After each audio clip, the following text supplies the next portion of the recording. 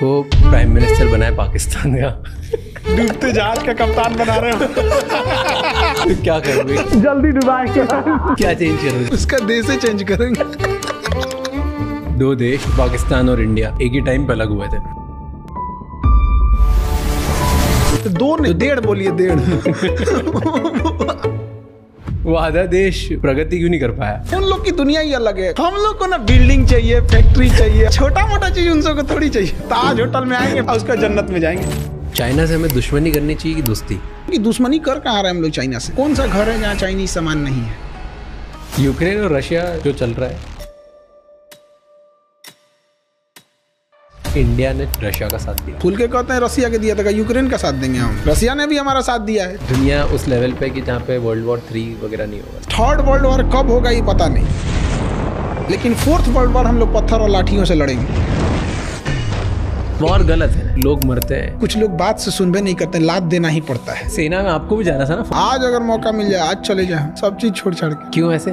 दिल लगा चुड़ैल से तो परी किस काम। आज आप इतने बच्चों को पढ़ाते हो, सबसे बड़े चैलेंजेस क्या दिखते हैं आपको? जो बच्चे आ रहे होते हैं ना, वो ग्रेजुएशन तो कर लिए बट स्टैंडर्ड ग्रेजुएशन का नहीं है। कोचिंग माफिया है। तो मेरे भी लड़ाई भी इसी बात की थी कि भाई आप क्यों फीस बढ़ा रहे हो? डांटे उटे, लड़ाई झगड़ा हुआ, ऑफिसों में बम लगा के उड़ा दिया।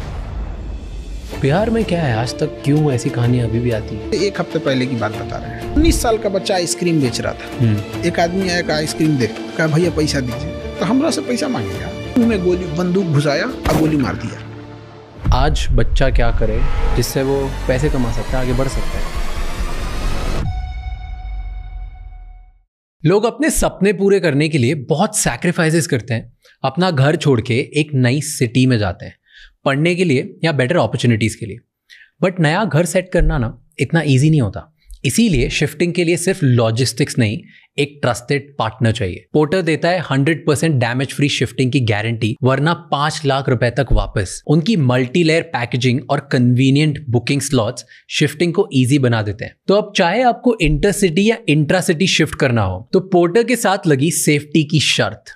और जब ट्रस्ट की बात हो रही हो तो एक ऐसे टीचर का नाम जरूर आता है जिन पर लाखों स्टूडेंट्स ट्रस्ट करते हैं, जिन्होंने स्टूडेंट्स को सिर्फ पढ़ाया नहीं बल्कि लाइफ में एक डायरेक्शन दिए। हमारे आज के गेस्ट हैं खान सर। आज के एपिसोड में हम जानेंगे चाइना हमसे इतना आगे क्यों है, पाकिस्तान आज तक इतना पीछे क्यों है, यूएस पाकिस्तान को सपोर्ट क्यों कर रहा है, इंडियन एजुकेशन में सुधार कैसे ला सकते हैं, हमारे देश के किसान आगे कैसे बढ़ सकते हैं, और क्या इंग्लिश लैंग्वेज ने हमें बैकवर्ड बना दिया है। इन सारे सवालों के जवाब आज के पॉडकास्ट में मिलेंगे। So enjoy this episode and watch it till the and.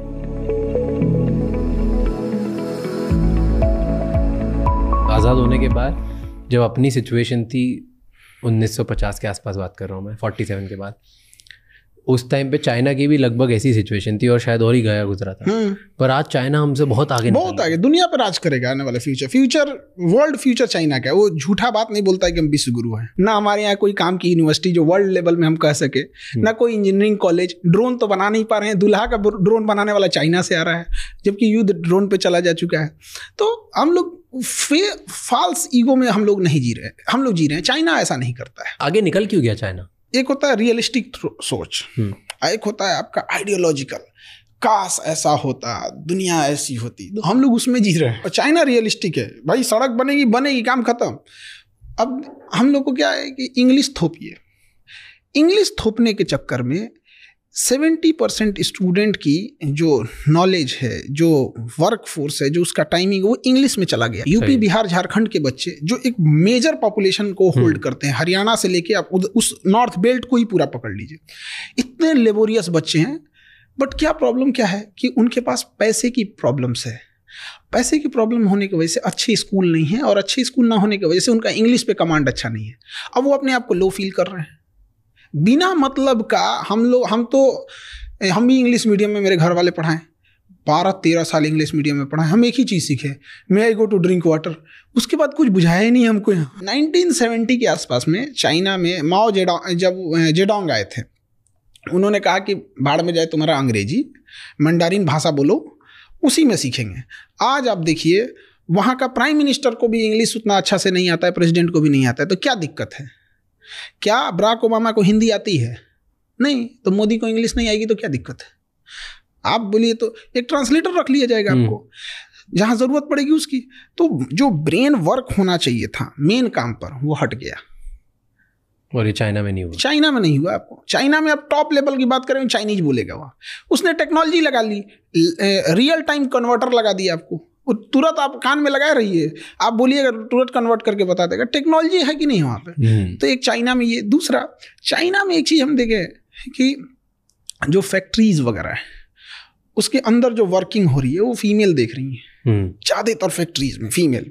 जब फैक्ट्रीज से सामान प्रोडक्ट बन के बाहर आ रहा है तो उसकी मार्केटिंग, उसका सेल, उसका बाहर एक्सपोर्ट, उसकी ये चीज़ें वो मेल संभाल रहे हैं। मतलब मेल फीमेल दोनों है। अगर एक इंडोर संभाल रहा है तो एक आउटडोर संभाल रहा है। वो उनका अपना म्यूचुअल क्या देख रहे हैं, कौन क्या कर रहा है। हमारे यहाँ फीमेल को अजीब करके रख दिया, उनको मतलब घर के अंदर रख दिया। हमने कहाँ फीमेल को जिम्मेदारी दी हॉस्पिटल में। आज देखिए फीमेल डॉक्टर, फीमेल नर्स पे पूरा मेडिकल इंडस्ट्री टिका हुआ है। उनको मौका दिए, उन्होंने करके दिखाया। एविएशन दिए हम लोग ने फीमेल को। आज पायलट हो गए, एयर होस्टेस हो गए, फीमेल हमने दिया, उन्हें करके दिखाई। वहाँ पे हमने उन्हें जिम्मेदारी ही नहीं देते। इंडिया में क्या है ना कि पैसे कमाने की जिम्मेदारी थोप दिया पुरुष के ऊपर। इससे बहुत अजीब गया कि बच्चा बाहर जाके कमा रहा है, बस इससे मतलब है कैसे कमा रहा है, मर रहा है, जी रहा है, सेफ्टी है कि नहीं है, रहने लायक है कि नहीं। मुंबई में देखिए घर वालों को पता नहीं होगा कि यहाँ पे कोई कैसे कमा रहा होगा।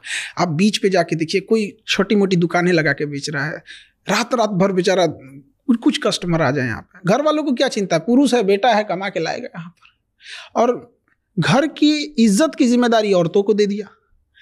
भाई इस दोनों की कॉमन जिम्मेदारी थी। यही वजह है कि इंडिया में आप देखिएगा कि अगर किसी को बद्दुआ देनी है, सरापनी है, तो वो घर की फाइनेंशियल स्थिति को संभालने वाले पुरुष को बद्दुआ देगा।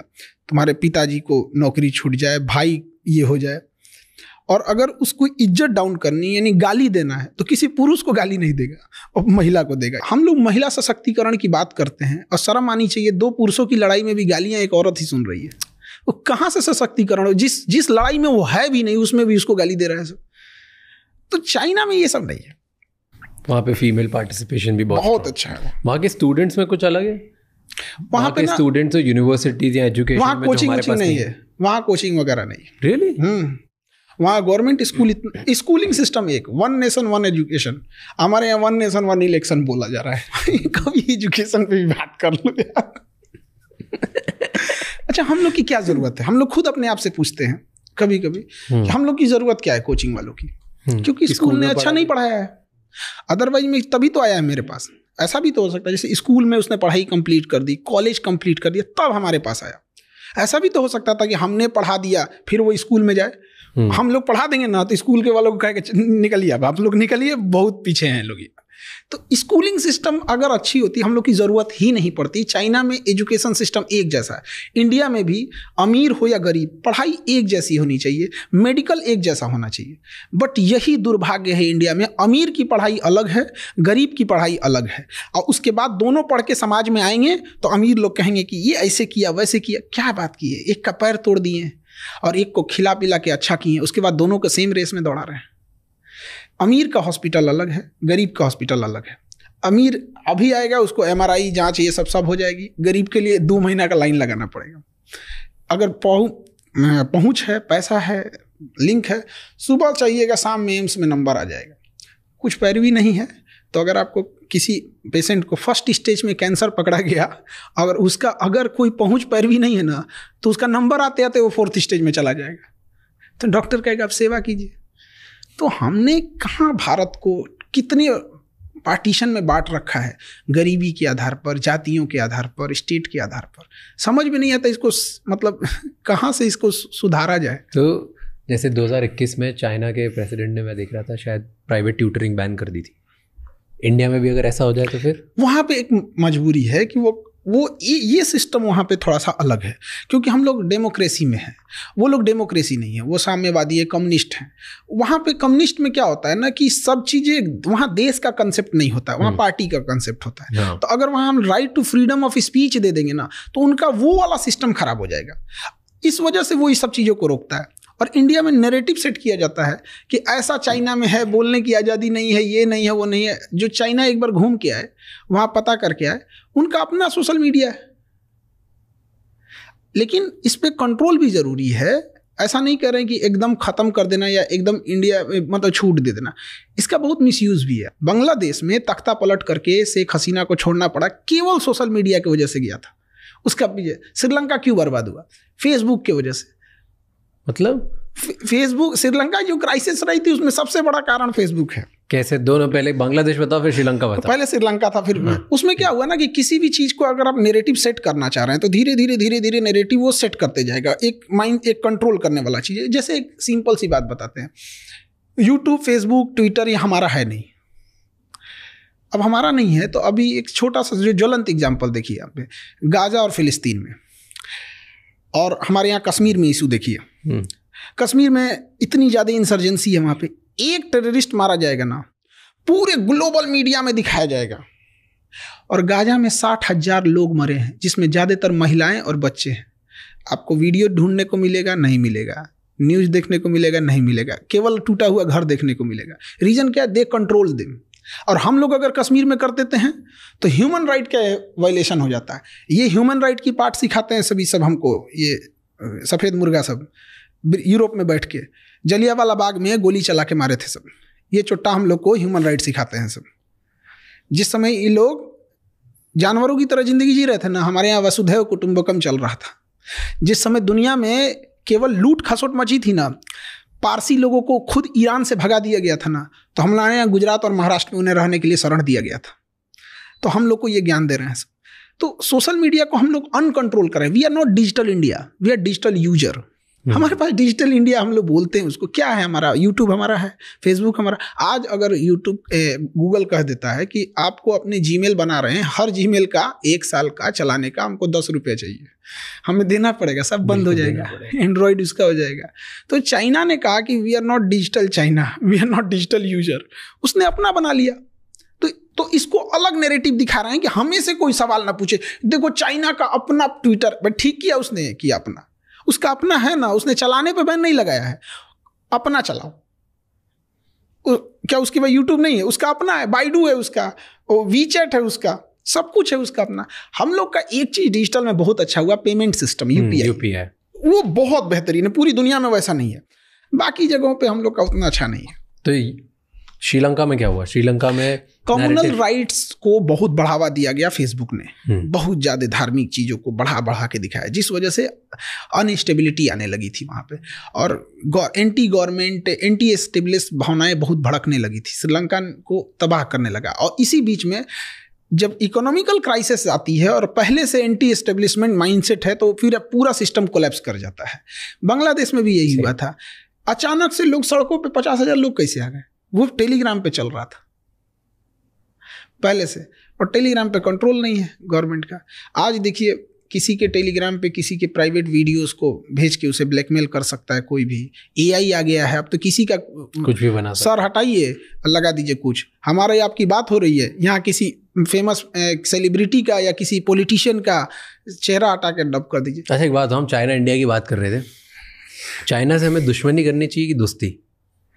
दुश्मनी तो हो ही नहीं पा रहा है। कौन दुश्मनी कर रहा है जरा बताइए तो? चाइना हमारे एरिया में घुस जा रहा है। हमारे यहाँ के मिनिस्टर बोलते हैं कि मार्किंग अच्छे से नहीं है ना, इसलिए घुस गया है। क्या बेवकूफी है? हाँ, दुश्मनी कहाँ कर पा रहे हैं हम लोग? तो बस फेस वॉश कर रहे हैं कि नहीं, ऐसा नहीं होना चाहिए। अक्साई चीन हमारा है, हम लोग पीओके के मामले में हम लोग शेर हो जाते हैं। सीओके जो चाइना को ऑक्युपाई किया, कभी उस पर ठीक से चर्चा नहीं हो पाती है। सेला टनल का उद्घाटन करने जाते हैं, चाइना विरोध कर देता है। क्या मतलब बनता है? ताइवान को हम लोग एक्सेप्ट नहीं करते हैं एज ए कंट्री। किसके डर से? चाइना के डर से। क्यों डरते हैं? ये हम थोड़े डर रहे हैं। जो बैठे हैं लोग डर रहे हैं। लोग हम तो कह रहे हैं काहे डर रहे हो भाई? बट आपको क्या लगता है क्यों डर? कुछ तो रीजन होगा तभी। अब डिप्लोमेटिक है, वहां पे शुरू से चला आया है। ऐसा नहीं कि मोदी जी डर रहे हैं, मनमोहन सिंह भी वही कर रहे थे। तो कई बार हम लोग ये कहते हैं ना, तो लोगों को लगता है कि नहीं ये कर रहे थे, वो भी वही कर रहे थे। तिब्बत चाइना ने कब्जा कर लिया था। पंचशील समझौता लेके जवाहरलाल नेहरू घूम रहे थे, चाइना ने पीठ पे खंजर मार दिया। अब तिब्बत के मामले में हम लोग खुल के नहीं बोल पाते हैं। दलाई लामा को लेके चाइना हमेशा कुछ ना कुछ वो करते रहता है, तो हम लोग कहाँ चाइना से लड़ ही रहे हैं, कहाँ चाइना से दुश्मनी ही कर रहे हैं।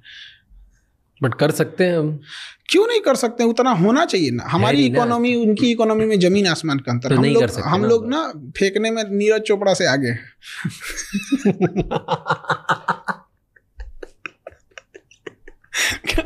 फेंकने में अगर ओलंपिक में बांसबाजी में होता ना तो गोल्ड मेडल हम ही लोग का रहता है।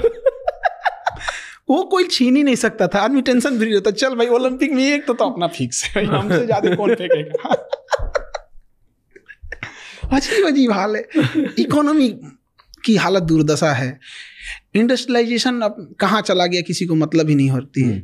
जीएसटी का कोई और छोर नहीं है, किस चीज़ पे लगा दिया जाएगा जीएसटी का। अब देखिए मेडिकल इंडस्ट्रीज की बात कीजिए, हमारे यहाँ पता नहीं क्या कर रहा है सब इंजीनियर सब, इतना पढ़ लिख के कहाँ खप जाता है सब पता ही नहीं चलता है। MRI machine, CT scan machine Germany से आ रही है, नहीं बनती इंडिया में, और आज़ादी के इतने साल बाद। तो चलिए हर चीज़ में हम आगे नहीं हो सकते हैं। बेशर्मी कहाँ होती है, अगर कोई हॉस्पिटल वाला उस MRI या CT स्कैन मशीन को मंगा रहा है तो उस पर गवर्नमेंट चढ़ जाती है, मंगाया क्या रे, इंपोर्ट ड्यूटी दे। क्या बेशर्मी है। कोई MRI किस लिए मंगाएगा? बड़ी बीमारी के लिए। CT स्कैन MRI खांसी या बुखार के लिए नहीं होता है। कोई जा रहा है वहाँ पे तो मतलब इट मीन्स उसको सस्पिशियन है बड़ी बीमारी का है। उस पर क्या जरूरत है भैया आपको इंपोर्ट ड्यूटी लगाने की? वो तो आपको अपनी बेशर्मी छुपा रहे हैं। आप इंडिया में बनाओ ना। स्टार्टअप इंडिया मतलब कौन सी गिलास और चम्मच छुरी कांचा बनाएंगे? स्टार्टअप इंडिया इसका मतलब होता है, ये कहाँ बनेगा? उस पर इंपोर्ट ड्यूटी कहीं से बनता है मतलब? तो बेशर्मी हो गई ये तो। बट इसलिए करते हैं ना इंपोर्ट ड्यूटी की, अगर इंपोर्ट ड्यूटी लगाएंगे तो लोग कम बुलवाएंगे, उसकी वजह से कोई यहाँ का इंसान सस्ती चीज़ बनाने की अच्छा कम आएगा MRI मशीन, तो कम आने की वजह से चीज़ें कम होंगी, नुकसान ज़्यादा है हमको। बट प्रॉब्लम्स तो, बीमारियां तो बढ़ रही हैं। तो जो MRI किसी को 1000 रुपये में होना चाहिए आज 5000 7000 लगता है, जिस वजह से एक बड़ा हिस्सा जिसकी मंथली इनकम 8000 10000 है वो MRI कराएगा ही नहीं कराएगा। अब उसके ब्रेन में अगर कोई ट्यूमर था, स्टेज 1 में था, तो उसको दर्द तो होगा नहीं यहाँ पे। अब MRI महंगा नहीं कराएगा, जब कराने जाएगा तो स्टेज 4 आ चुका रहेगा यहाँ पे। सरकार को सारा कमाई करना है इसी की वजह से। और अगर यही बात होना चाहिए था तो अब तक तो बन जाना चाहिए था। 70 साल वेट कर दिए, 75 साल वेट कर दिए, अब क्या पूरा 7 जन्म दे दें इनको? बट ये तो इनोवेशन सिर्फ सरकार की जिम्मेदारी नहीं है ना, ये तो हम लोग की भी जिम्मेदारी। तो उस हिसाब से एक इंफ्रास्ट्रक्चर होना चाहिए, उस हिसाब से एजुकेशन सिस्टम होना चाहिए, उस बात सही बड़े होना चाहिए। यहाँ पे सरकार इंसेंटिव दे, क्यों नहीं बनेगा? लेकिन बस वही है कि आपको हम कितना भी सैलरी देंगे, लेकिन आपके डिपार्टमेंट में एगो सरकारी अधिकारी बैठा रहेगा, उससे नीचे देंगे हम आपको। क्यों नहीं प्राइवेट को दे दे बनाने के लिए? आज आप बोलिए अडानी को, अंबानी को 2 साल में खड़ा कर देंगे। सही हमारा एक जाता क्या है, वहाँ के इंजीनियर को पूछे कितना सैलरी है तुम्हारा? 25 लाख, आ जाओ 30 लाख, खत्म। इसमें कौन सा दिमाग लगाना? इतना आसान थोड़ी होगा, कुछ तो और नुआंसेस होंगे। ऐसा नहीं है कि हर चीज इतनी आसान होती है, बट नामुमकिन नहीं है, और इतना भी मुश्किल नहीं है कि जो 70-75 साल लगा दिए। अमेरिका के सामने हम क्या लैक करते हैं? अमेरिका के पास क्या है, बिजनेस, इंटरनेशनल अपॉर्चुनिटीज़ ज़्यादा हैं, एंटरप्रेन्योर का पूरा माहौल है वहाँ पर, और गवर्नमेंट भी उसी हिसाब से सपोर्टिव है। तो इस वजह से हमारे यहाँ क्या है ना कि चूँकि इलेक्शंस है, तो इलेक्शंस में क्या है कि एक मेजॉरिटी पब्लिक को ध्यान दिया जाता है, और जो एंटरप्रेन्योर हैं, जो बड़े कारपोरेट हैं, उनको कोई ध्यान नहीं देता है, और ना ही वो लोग कभी इशू बने रहते हैं कभी किसी इलेक्शन का। जैसे डोनाल्ड ट्रंप ने कहा कि हम सरकारी नौकरी खत्म करेंगे, लोगों ने इसको सपोर्ट में वोट दे के जिताया। हमारे यहाँ कोई बोल दे गवर्नमेंट नौकरी खत्म करेंगे, क्योंकि आपने प्राइवेट में पहले वैसी अपॉर्चुनिटी नहीं दी। तो आप कोई एक पैर पे बैसाखी लेके चल रहा है तो उसका पहले पैर ठीक कर दीजिए, उसके बाद कहिए हम तुम्हारी बैसाखी छीन लेंगे। आप उसका पैर भी ठीक नहीं किए, कहेंगे तेरा बैसाखी छीन लेंगे, तो मारेगा ही ना वो। अभी आपने वो पढ़ा, टैरिफ लगा दिया है। हाँ, रेसिप्रोकल टैरिफ लगाया उसने। 26% हम लोग लगाया, चाइना में भी तो और बेहतर लगाया उसने। हाँ, हमने 52 लगाया, उसने सब जो जितना लगाया ना उसका हाफ करके लगाया। रेसिप्रोकल उसने बोला ही है। तो ये अच्छा है गंदा है? ये अब ये उसके देश के हिसाब से है, हर देश को अपना हिसाब से राइट है करने का। तो जब टैरिफ बढ़ाते घटाते हैं तो कभी इम्पोर्ट पे फायदा होता है, तो एक्सपोर्ट पे तो डिपेंड करता है कि हम कितनी चीज़ों का इंपोर्ट एक्सपोर्ट कर रहे होते हैं। और इंडिया का है तो इंडिया में भी भाई हर देश के साथ अलग अलग टैरिफ है। इंडिया को तो चाइना पे और लगाना चाहिए। हम लोग का ट्रेड बैलेंस बहुत खराब है चाइना के से, बहुत ही डूब रहे हैं हम लोग यहाँ पे। तो वही तो कहते हैं कि दुश्मनी कर कहाँ रहे हैं हम लोग चाइना से, नहीं कर पा रहे हैं, मजबूरी है। क्योंकि अगर आज कौन सा घर है जहाँ चाइनीज सामान नहीं है, और बहुत बिजनेसेस है इंडिया में जो चाइना की वजह से चल रहे हैं और यहाँ पैसे कमा रहे हैं। बिल्कुल। तो चाइना से जो चीजें चाइना में मिलती है ना, एग्जैक्ट वही चीजें वियतनाम में भी मिलती है, एग्जैक्ट सेम प्राइस पे, सब कुछ सेम पे।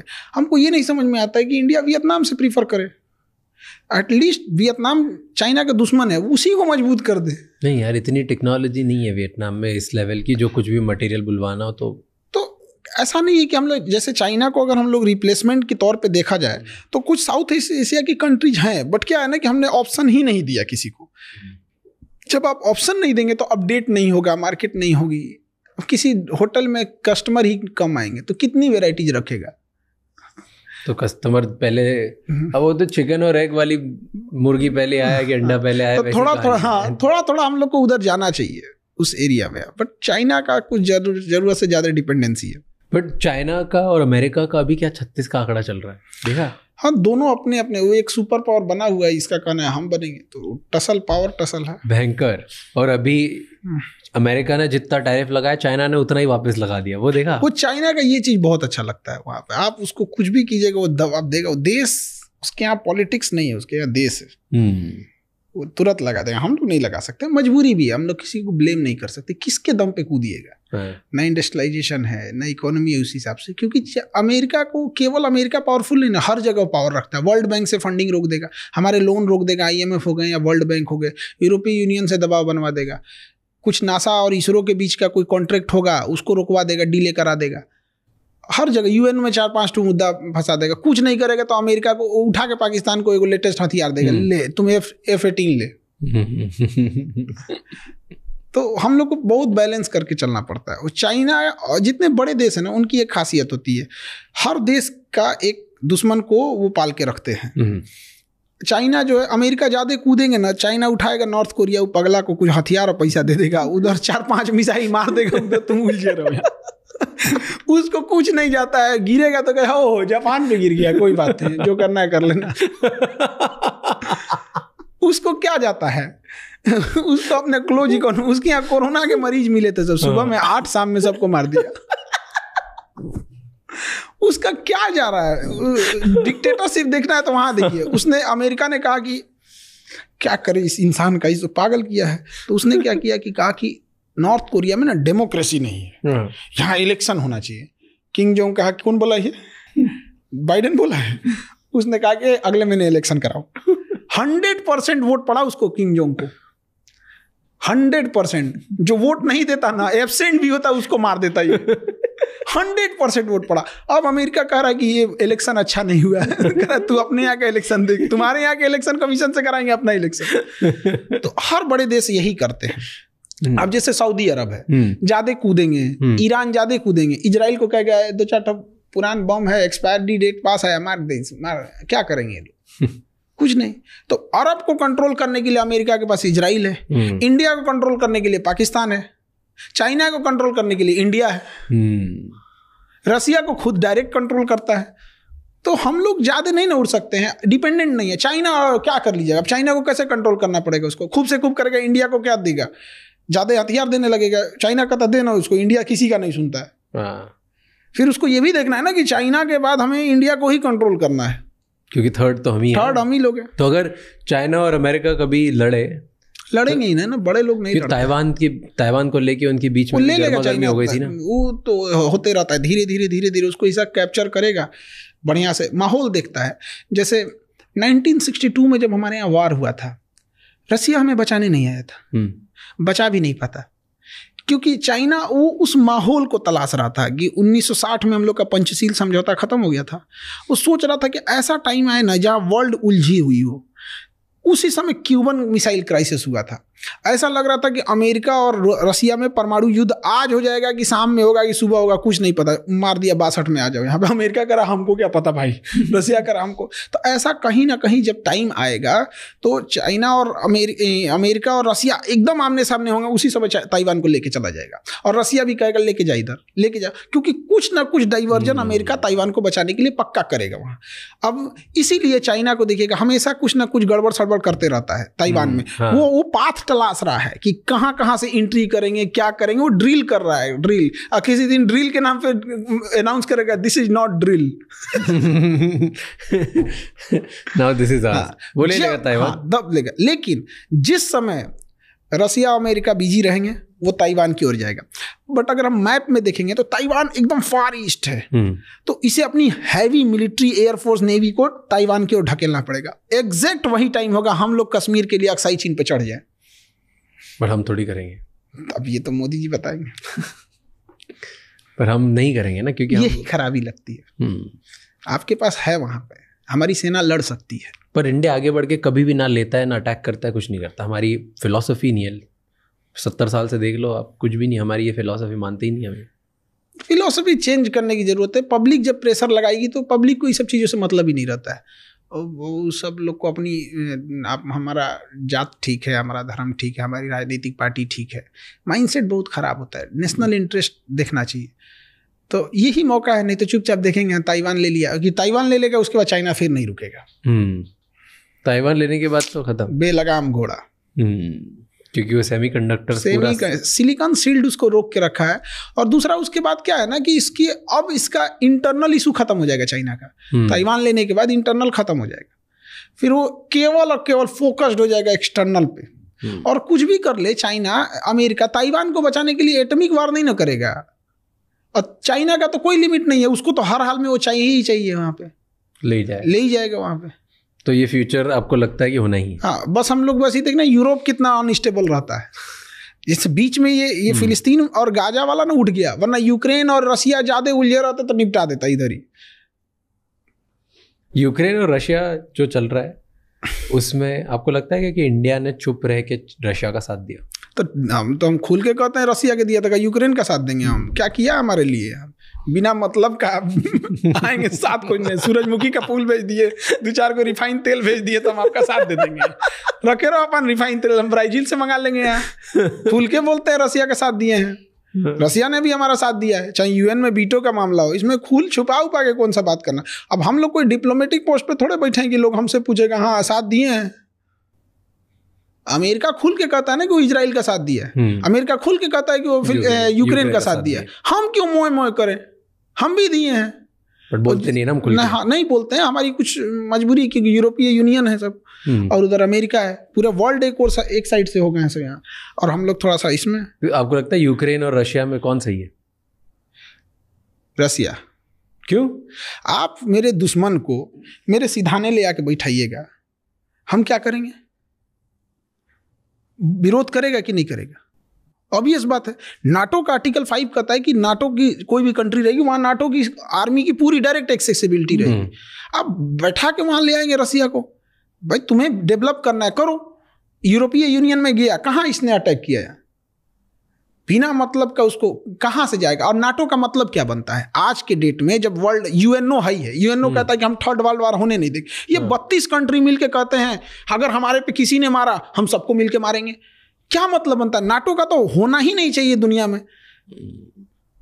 फिर 32 कंट्री अब हेल्प क्यों नहीं कर रही है जब ये हो रहा है? तो मारे हुआ पुतिन बैठा हुआ है, उसको क्या जाता है? वो तो नॉर्थ कोरिया से बुलाया है सैनिक को जानबूझ के यूक्रेन में घुसाने के लिए, क्योंकि नॉर्थ कोरिया के पास एक बहाना मिल जाएगा कि किसी दिन अगर इसके 2-4 सैनिक मारे गए तो कह देगा हमारे सैनिक मारे गए, यानी हमारे देश पे आया हुआ है, हमारे पास परमाणु बम खाली है।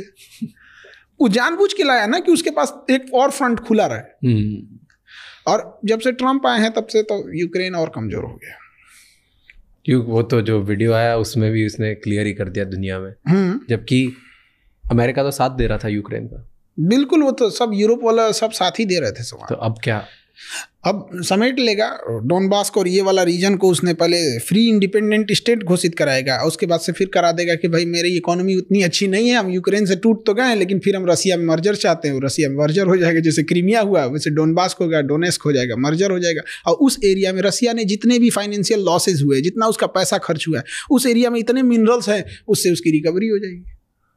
मतलब फ्यूचर तो अब यही है, यूक्रेन गया। दूसरा एक और रीजन समझिए, पुतिन इतने दिन से राष्ट्रपति है, 10 साल प्रधानमंत्री रहे, और उस समय राष्ट्रपति तब इंडिया की तरह रसिया का होता था कि राष्ट्रपति के पास कोई पावर नहीं रहेगा, सारा पावर प्राइम मिनिस्टर के पास रहेगा। तो पुतिन 10 साल तक प्राइम मिनिस्टर थे। बट रसिया का एक रूल है कि 10 साल से ज़्यादा आप 2 टर्म से ज़्यादा पूरा नहीं कर सकते। तो उसका जब 10 साल कंप्लीट होने वाला ना, तो उसने अपने संविधान में संशोधन कर दिया कि प्राइम मिनिस्टर के पास अब कोई पावर नहीं रहेगा, अब सारा पावर राष्ट्रपति के पास रहेगा, और खुद राष्ट्रपति बन गया। वीडियो गेम खेल रहा है। अब 10 साल उसका पूरा हो गया 2022 में। हाँ। अब क्या करे भाई, यहाँ तो 2 टर्म से, तो स्पेशल अमेंडमेंट इन कॉन्स्टिट्यूशन 2036 तक इसमें कोई चेंजिंग नहीं होगा। इंडिया में भी ऐसा हुआ था, 2002 में हुआ था कि लोकसभा की सीटें 2026 तक नहीं बढ़ाई जाएंगी। तो उसने कहा कि 2036 तक मतलब अभी एज इट इज रहेगा यहाँ पर। अब इंटरनल बगावत होने लगा। तो जब इंटरनल बगावत होती है ना, तो इसको कंट्रोल करने का सबसे आसान तरीका होता है ना, कोई वार कर दो। ऐसे ही माओ के टाइम पे हुआ था 1960 में चाइना में मार दी, इंडिया में लड़ गए यहाँ पे। ऑब्वियस बात है, अभी आज चाहे महंगाई जितनी भी हो, चाहे जो भी हो, हमें अपने प्रधानमंत्री से या एट ए टाइम के प्रधानमंत्री या पहले के कोई भी प्रधानमंत्री लाख शिकायत होगी, लेकिन जब वार के टाइम पे तो हम सब एक हैं। कारगिल के टाइम पे कोई ये कह सकता है क्या कि हम अटल बिहारी वाजपेयी के साथ नहीं थे, भले उन्हें वोट न दिया हो। तो पुतिन के लिए युद्ध लंबा खींचना अपने विरोधियों को निपटाने का एक अच्छा रास्ता। निपटा दिया अंदर, वो क्या नाम थे उनको, वैगनार ग्रुप के थे, प्रेगोजिन की क्या नाम था, उनको जहाज से उड़वा दिया, जा रहे थे बेलारूस। तो रसिया का एक अलग है, वो लड़ाई को केवल ये नहीं देखिए वहाँ पे, वो चाहे तो खत्म करके आज ही ले सकता है, लेकिन लंबा कर रहा है, खुश रहा है उसको, उसकी पॉपुलैरिटी, उसका विश्वास, उसकी नेशनलिटी बढ़ रही है कि ये रशियंस के साथ है। रसिया को यही बचा रहा है, वो दुनिया को अपने यहाँ दिखा रहा है रसियन भाषा में बोल के। उसकी न्यूज़ तो चल रही है ना कि आज अगर पुतिन नहीं होता तो पूरी दुनिया रसिया को समेट चुकी होती, ना नाटो कहाँ तक चला गया रहता। दिखाएगा वहाँ पर कि ना क्रेमलिन बचा होता, ना मॉस्को बचता, ना पीटर्सबर्ग बचता, ना व्लादिवोस्टोक, सब यूरोप वाले कब्जा कर लेते। तो लोगों का रहता यही रहेगा, पुतिन ही रहेगा, 2036 नहीं जी 50 तक रहेगा। वॉर गलत है ना, लोग मरते हैं।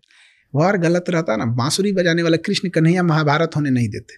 कुछ लोग बात से सुनबे नहीं करते, लात देना ही पड़ता है। आप 32 देशों के ग्रुप जिसमें एटॉमिक पावर 3 के पास है, ब्रिटेन के पास है, फ्रांस के पास है, अमेरिका के पास है, पावर में सबसे ज़्यादा, लॉबी सबसे ज़्यादा, टेक्नोलॉजी सबसे ज़्यादा, हथियार सबसे ज़्यादा, यूएन में पहुंच सबसे ज़्यादा, इसके बावजूद ही 32 मिल के एक साथ रहेंगे और कहेंगे कि हमें कोई मारेगा, हम 32 मिल के मारेंगे। सद्दाम हुसैन को पूरा उड़ा दिया, सब लीबिया को पूरा उड़ा दिया, यमन को पूरा उड़ा दिया, सीरिया को पूरा उड़ा दिया। हमारे पास ये जितने देशों को उड़ाया, कम से कम 2 से 3 लाख इंडियंस वहां काम करते थे। हमें क्या मिला? कुछ नहीं।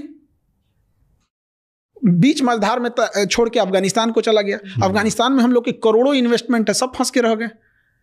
तो क्या मतलब बनता है आज के डेट में नाटो का? हिम्मत नहीं है किसी देश के पास ये कहने की कि नाटो गलत है, वो अलग बात है, बट गलत तो है ना। पर उनका मेन आइडिया तो ये है ना कि कोई भी एक दूसरा पावरफुल देश हम छोटे छोटे देशों को अलग तरीके से खत्म ना करे, इसलिए हम सब साथ में जुड़ के रहेंगे, क्योंकि हम सब बहुत पास में बहुत छोटे छोटे देश हैं। कौन? यूरोप वाले कहते हैं सब। हाँ, तो मेन मतलब तो इसीलिए तो स्टार्ट हुआ था ना नेटो, कि एक छोटा देश सारे नाटो हुआ था किसको कंट्रोल करने के लिए। उस समय रसिया बेलगाम था, यूएसएसआर था। तो यूएसएसआर इधर रसिया था। हाँ, तो ये बहुत बड़ा था, ये था छोटे छोटे जब ये खत्म हो गए, जब आप कहें कि भाई हमको रसिया से डर है इसलिए हम ग्रुप बना रहे हैं, रसिया टूट गया, अब ये रहा, तो फिर इसे भी खत्म करो भैया। तो फिर तो वही बात हुआ, इसके डर से आप बनाए और आप खुद बने गए, तो आपके डर से भी तो कोई और बनाना चाहिए। फिर चाइना बना लिया तो क्या गलत किया?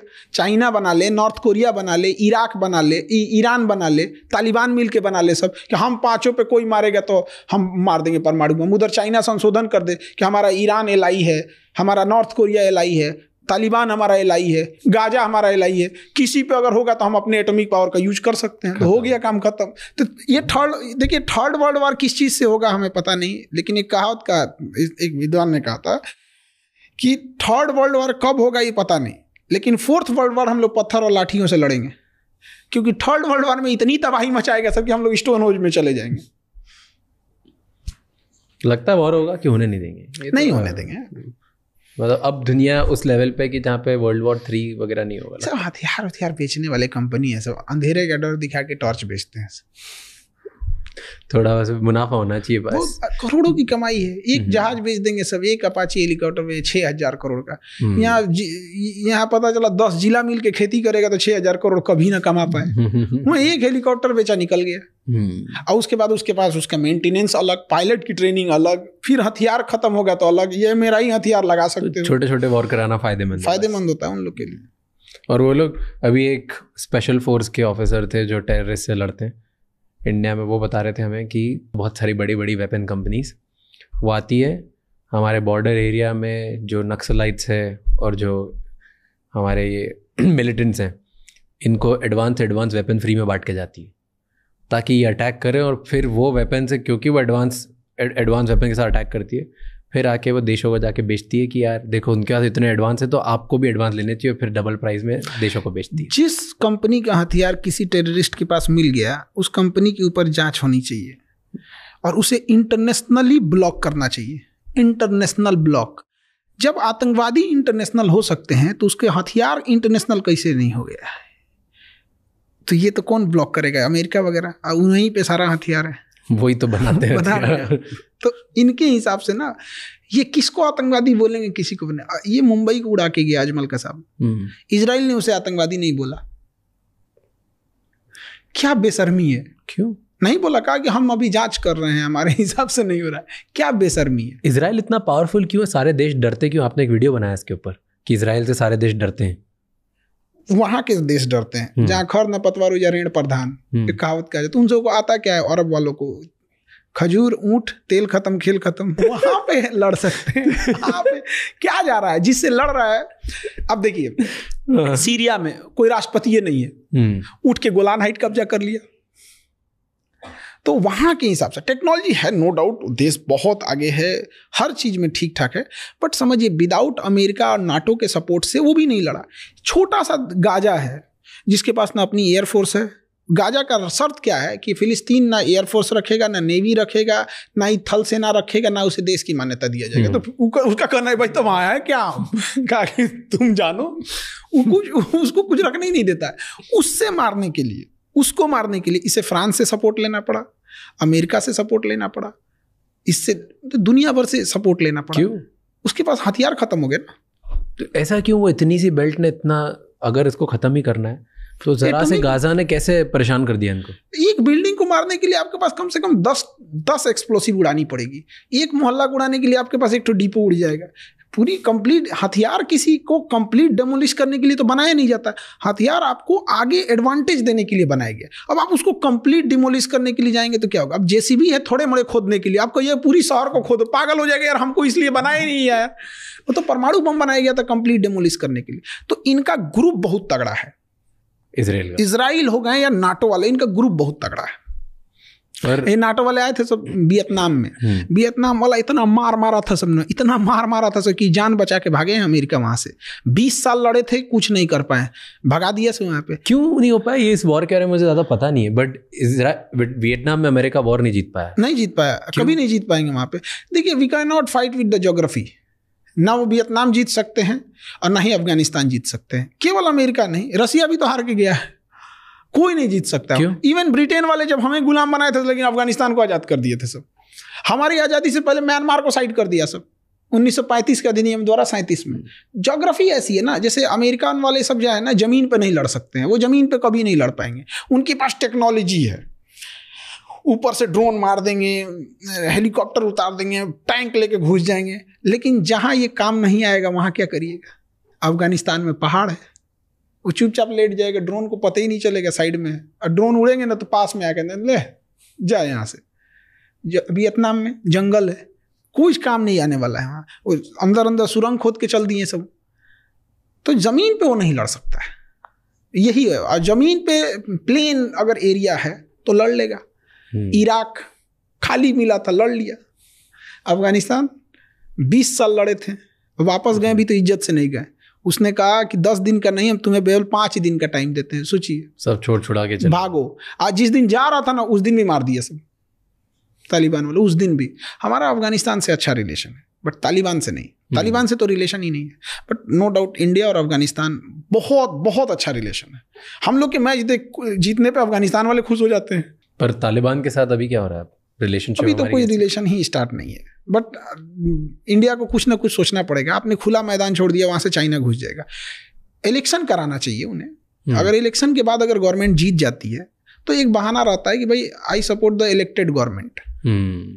क्योंकि अफगानिस्तान का है ना, यहाँ पे उसका नाम चेंज कर देंगे सब, वो सब अपना। तो गवर्नमेंट को सोचना चाहिए, क्योंकि अफगानिस्तान हमारे लिए बहुत अच्छा चीज़ है। क्योंकि मेरे दुश्मन का दुश्मन मेरा दोस्त, हमारा दुश्मन पाकिस्तान है, उसका दुश्मन अफगानिस्तान है, उसको सपोर्ट करना। हमें अफगानिस्तान खुला नहीं छोड़ना चाहिए। अफगानिस्तान से तो बहुत लोग अभी भाग रहे हैं। करेंगे क्या बेचारे, वो लोग मरेंगे वहाँ पर। तभी मैं लंदन में था, और जहाँ पर टैक्सी ड्राइवर था मेरे साथ, वो अफगानी था, और वो बता रहा था कि अफ़गानिस्तान में कैसा रैकेट चलता है लंदन आने के लिए। तो अफ़गानी लोग पाकिस्तान जाते हैं फ़र्जी डॉक्यूमेंट बना के, वहाँ पैसे खिला के, बहुत आसान है जाना। फिर पाकिस्तान से किसी न किसी तरफ डॉक्यूमेंट बनाते हैं, पासपोर्ट बनवाते हैं, जिससे वो टूरिस्ट वीज़ा पे लंदन आते हैं, क्योंकि पाकिस्तान से या स्टूडेंट वीज़ा पे। लंदन में इनकी ही एक एजेंसी है जो इन लोगों को डॉक्यूमेंट देती कि यहाँ इनको पढ़ाने के लिए बुला रहे हैं। पढ़ाई के पेपर दे के वो पहुँच जाते हैं, जैसे उधर वहाँ पहुँच के पासपोर्ट फाड़ के फेंक के घूम जाते हैं। फिर घूम के इधर उधर जितना टाइम घूम लिए, घूमने के बाद जाके सरेंडर कर देते हैं कि हम भाग के आए, हमको असाइलम दे दो, हमको यहीं रहने दो, क्योंकि अगर हमको हमारे देश भेजा तो वहाँ मार दिया जाएंगे, हम किसी भी देश के नहीं हैं। और ये बस बोलते हैं कि हम अफ़गानी हैं, बताते नहीं कि पाकिस्तान के रूट से हैं, बोलते हैं हम अफ़गानी हैं, हम किसी तरह यहाँ पे भाग भुका के पहुँच गए। और पहुँच गए तो फिर वहाँ पे एक रूल है जहाँ पे 5 साल तक तुम्हें फिर वो वीज़ा देते हैं रहने के लिए। 5 साल तक तुम उधर रह लो, तो 5 साल के बाद तुम उधर अपनी सिटीजनशिप के लिए अप्लाई कर सकते हो। ये लंदन वालों को इस पे तकलीफ हो रहा होगा। इन्हीं गधों ने अफगानिस्तान को हमसे अलग किया है। इन्हीं गधों ने पाकिस्तान को हमसे अलग किया है। पाकिस्तान के लोगों, जो पाकिस्तान में पैदा हुआ एज ए ह्यूमन, सोचिए उसकी कितनी दुर्दशा होगी। लड़कियों की हालत ऐसी खराब, उसका हस्बैंड कब एक नया दुल्हन लेके चलाएगा पता ही नहीं चलेगा उसको। कितना खराब लगे। एक पर्सनल लिबर्टी भी होती है ना, वहाँ पे एक आदमी 4-5 शादी कर लिया। अब आपने वैसा माहौल बना दिया कि जिंदा रहने को ये लोग विकास समझे, अलग बात है। अब देखिए सबसे बड़ी खराबी क्या थी, जब देश आज़ाद हुआ तो गांधी जी तो खैर बंगाल में दंगा छिड़ा हुआ था, कोई पूछने नहीं गया था। तो आज़ादी का लोग इधर दिल्ली में जश्न मना रहे थे। वो बूढ़ा इंसान एक टूटे हुए घर में था कि इसे उग्र भीड़ ने तोड़ दिया है। मैं दिखाना चाह रहा हूँ कि हिंदुस्तान आज भी जिंदा है। तो वहाँ लोग भले गाली देते हैं, जिसकी औकात अपने गांव के मुखिया से लड़ने की नहीं है, जिसकी औकात एक विधायक से लड़ने की नहीं है, वो उस गांधी पे आवाज़ उठाता है जो गुलाम देश में इंग्लैंड की महारानी से लड़ा था। क्या बोलिएगा इसे, खैर वो अलग चीज़ है, क्योंकि गांधी को मानने वाले भी गांधी के विचार वाले होते हैं। जब देश आज़ाद हुआ, सबसे बड़ी बेवकूफ़ी हम लोग से क्या हुआ, हमारा देश है, कोई ससुरा आया इसे लाइन खींच दिया कि इसके इधर इंडिया, इसके इधर पाकिस्तान, हम मान लिए। क्या बेवकूफ़ी थी। चाहे उस समय सरदार पटेल हो, जवाहरलाल नेहरू हो। हमारे देश में क्या है ना कि आप एक नेता को गाली दो, एक को मत बोलो। भाई दोनों लोगों ने क्या किया, ये आपके ऊपर एक लाइन कोई खींच के चला गया, आप क्या करेंगे, तुम जाना है ब्रिटेन जाओ। उसने क्या किया, सेनापति कहा कि हमारी सेनापति 2 साल तक यही रहेंगे। जनरल बूचर था वहाँ पे, तो वो वहीं रह गया। आप 2 साल बाद मिटा देते उसको। जिन्ना मर चुका था, पाकिस्तान में जिन्ना के अलावा कोई नेता ही नहीं था। अबुल कलाम आज़ाद को यहाँ खड़ा कर देते, क्या जाता था। कैसे एक्सेप्ट कर लिया हम लोग ने, कितना बेवकूफ़ी। 1947 में देश आज़ाद हुआ, 10 साल पहले म्यांमार को 1937 में अलग किया, 35 का नियम बनाया, सब 37 में अलग कर दिया। आपको 10 साल पुराना लाइन खींचने में मेहनत लग रहा था। क्या बेवकूफ़ी है ये सब चीज़, खींच खाच के मिटाया। कौन है लाहौर बोलता है यहाँ पे, लाहौर तुम्हारे बाबा का लाहौर है, हाँ बप्पा रावल का है। कंधार तुम्हारा गांधारी का कंधार है। उनकी भी नसीब अच्छी होती है। हमारे यहाँ ना ऐसे कोई रिलीजन को लेकर लड़ाई झगड़ा नहीं है, वो पॉलिटिक्स का हिस्सा है। ये एक पॉलिटिक्स, उनकी भी मजबूरी है। अगर वो ये नहीं करेंगे तो जीत भी नहीं पाएंगे। जैसे सांप नहीं मारे तो फिर तो सींग तो होता नहीं है सांप को, और कुछ तो है नहीं। वो जिसके पास भाई, तो वो एक अदरवाइज में वो लोग भी बड़ा सुकून से जीते। हमारे बप्पा रावल का लाहौर था, और पूरी दुनिया में एकता की मिसाल थी लाहौर, जहाँ जितनी बड़ी संख्या में सिख रहते थे, उतनी ही बड़ी संख्या में मुस्लिम, उतनी ही बड़ी संख्या में हिंदू, उतनी ही संख्या में ईसाई, सारे लोग, बौद्ध, सब लोग। लाहौर क्या शहर हुआ करता था। आज क्या हो गया है लाहौर, किधर बम फटेगा पता ही नहीं है। बर्बाद कर दिया से इसको। तो ये बहुत हमको सच में ये दुख होता है कि क्या थिंकिंग थी उस टाइम के लोगों की। मान लिया एक कोई फिरंगी आया, लाइन खींच दिया, सीरियल रेड क्लिप, बैठा इसे टेबल पे नक्शा लेके, कहा कि कहाँ कहाँ पुलिस स्टेशन है, पुलिस स्टेशन से लाइन खींच दिया। लाहौर इंडिया में दिया था तो लोगों ने कहा कि सर आपने तो पाकिस्तान में तो कोई शहर ही नहीं बचा, कराची है बस। कहा कि तो मैं क्या करूं। एक काम कीजिए, लाहौर दे दीजिए। ऐसे मिटा के ना लाहौर दे दिया, मिटा के दिया वो लाहौर, और हम लोग चुपचाप बर्दाश्त किए थे। क्या बेवकूफी थी। अभी कोई खींच के देख ले। बट पहले इंटरनल फाइट्स थी इसकी वजह से ना, धर्म के नाम पे दो लोग अलग अलग तरीके से लड़ रहे थे, इसलिए कोई तो होना चाहिए जो धर्म के खिलाफ बोले। अब जैसे कोई धार्मिक मामला रहे, हमको क्या ना, हमको कोई फर्क नहीं पड़ता हिंदू मुसलमान, साइड रोल, बात में नेशनल मैटर का है तो साइड बंद, अभी लाइन मिटाएंगे पहले, उसके बाद। उस टाइम पे बोलते थे ना कि वीर सावरकर थे, लेकिन उनकी आवाज सुनी नहीं टॉप लेवल तक। सुनाने लायक पोजीशन पे भी तो मतलब, अब देखिए वीर सावरकर ने लड़ाई लड़ी थी, बट एक जिस लेवल पे सुभाष चंद्र बोस गए, उस लेवल पे बात ले जाना चाहिए था। सावरकर जी ने पूरा प्रयास किया था अपने हिसाब से, सब लोग ने अपना अपना योगदान दिया, लेकिन उसका क्या फायदा मिला हमको कि हमसे म्यांमार तोड़ दिया, हमसे बांग्लादेश तोड़ दिया, हमसे पाकिस्तान तोड़ दिया, हमसे अफगानिस्तान तोड़ दिया। ये वही हुआ कि हम अपने पथरी का इलाज कराने हॉस्पिटल में गए और हमको बचा तो लिया, लेकिन हमारा दोनों हाथ पर काट दिया। ये भाई क्या करेंगे हमरे की। पथरी का इलाज करना था, कर तुम पथरी सही कर भाई, तेरे को आजादी देनी था, आजाद कर, भाग यहाँ से। ब्रिटेन वहां पे। तो ये आपको लगता है ब्रिटेन की चाल थी कि हमारी इंटरनल पॉलिटिक्स? ब्रिटेन क्योंकि इंटरनल पॉलिटिक्स नहीं ब्रिटेन का था, 100% ब्रिटेन का था। एक्चुअल में क्या होता है ना कि जब हम किसी से आज़ादी मांगते हैं ना, उसके कुछ साल बाद जो नेशनलिस्ट होते हैं ना, उस आज़ादी की कीमत वसूलते हैं कि तुमने जलियांवाला बाग किया था, तुमने हमसे इतना सोना ले गए, हमसे ये ले गए। तो ब्रिटेन को ये डर सा मारा था, यार ये सब मांगेगा सब हमसे, अब फिर ये महारानी का ताज ले जाएगा सब, नहीं देंगे ना तो महारानी संहिते उठा ले जाएगा सब। उसने देखा कि भाई इसको क्या करें हम। तो सपोज कीजिए कि हम किसी के घर से कोई चोरी करके ले जा रहे हैं, मेरे पीछे वो दौड़ गया है, तो कुछ ना कुछ देर में तो हमको पकड़ लेगा। उसका पैर तोड़ देते हैं मार के, तू दौड़ेगा ही नहीं, आएगा नहीं। पैर तोड़ने के लिए उसने कहा ना कि एक काम करते हैं, यहाँ लड़ाओ, ऐसा ना। पहली बार जमीन का विभाजन धर्म के आधार पर कर दिया। उधर म्यांमार में बौद्ध ज्यादा रख दिया, इधर मुस्लिम ज्यादा रख दिया, लड़ो, तोड़ दिया पैर।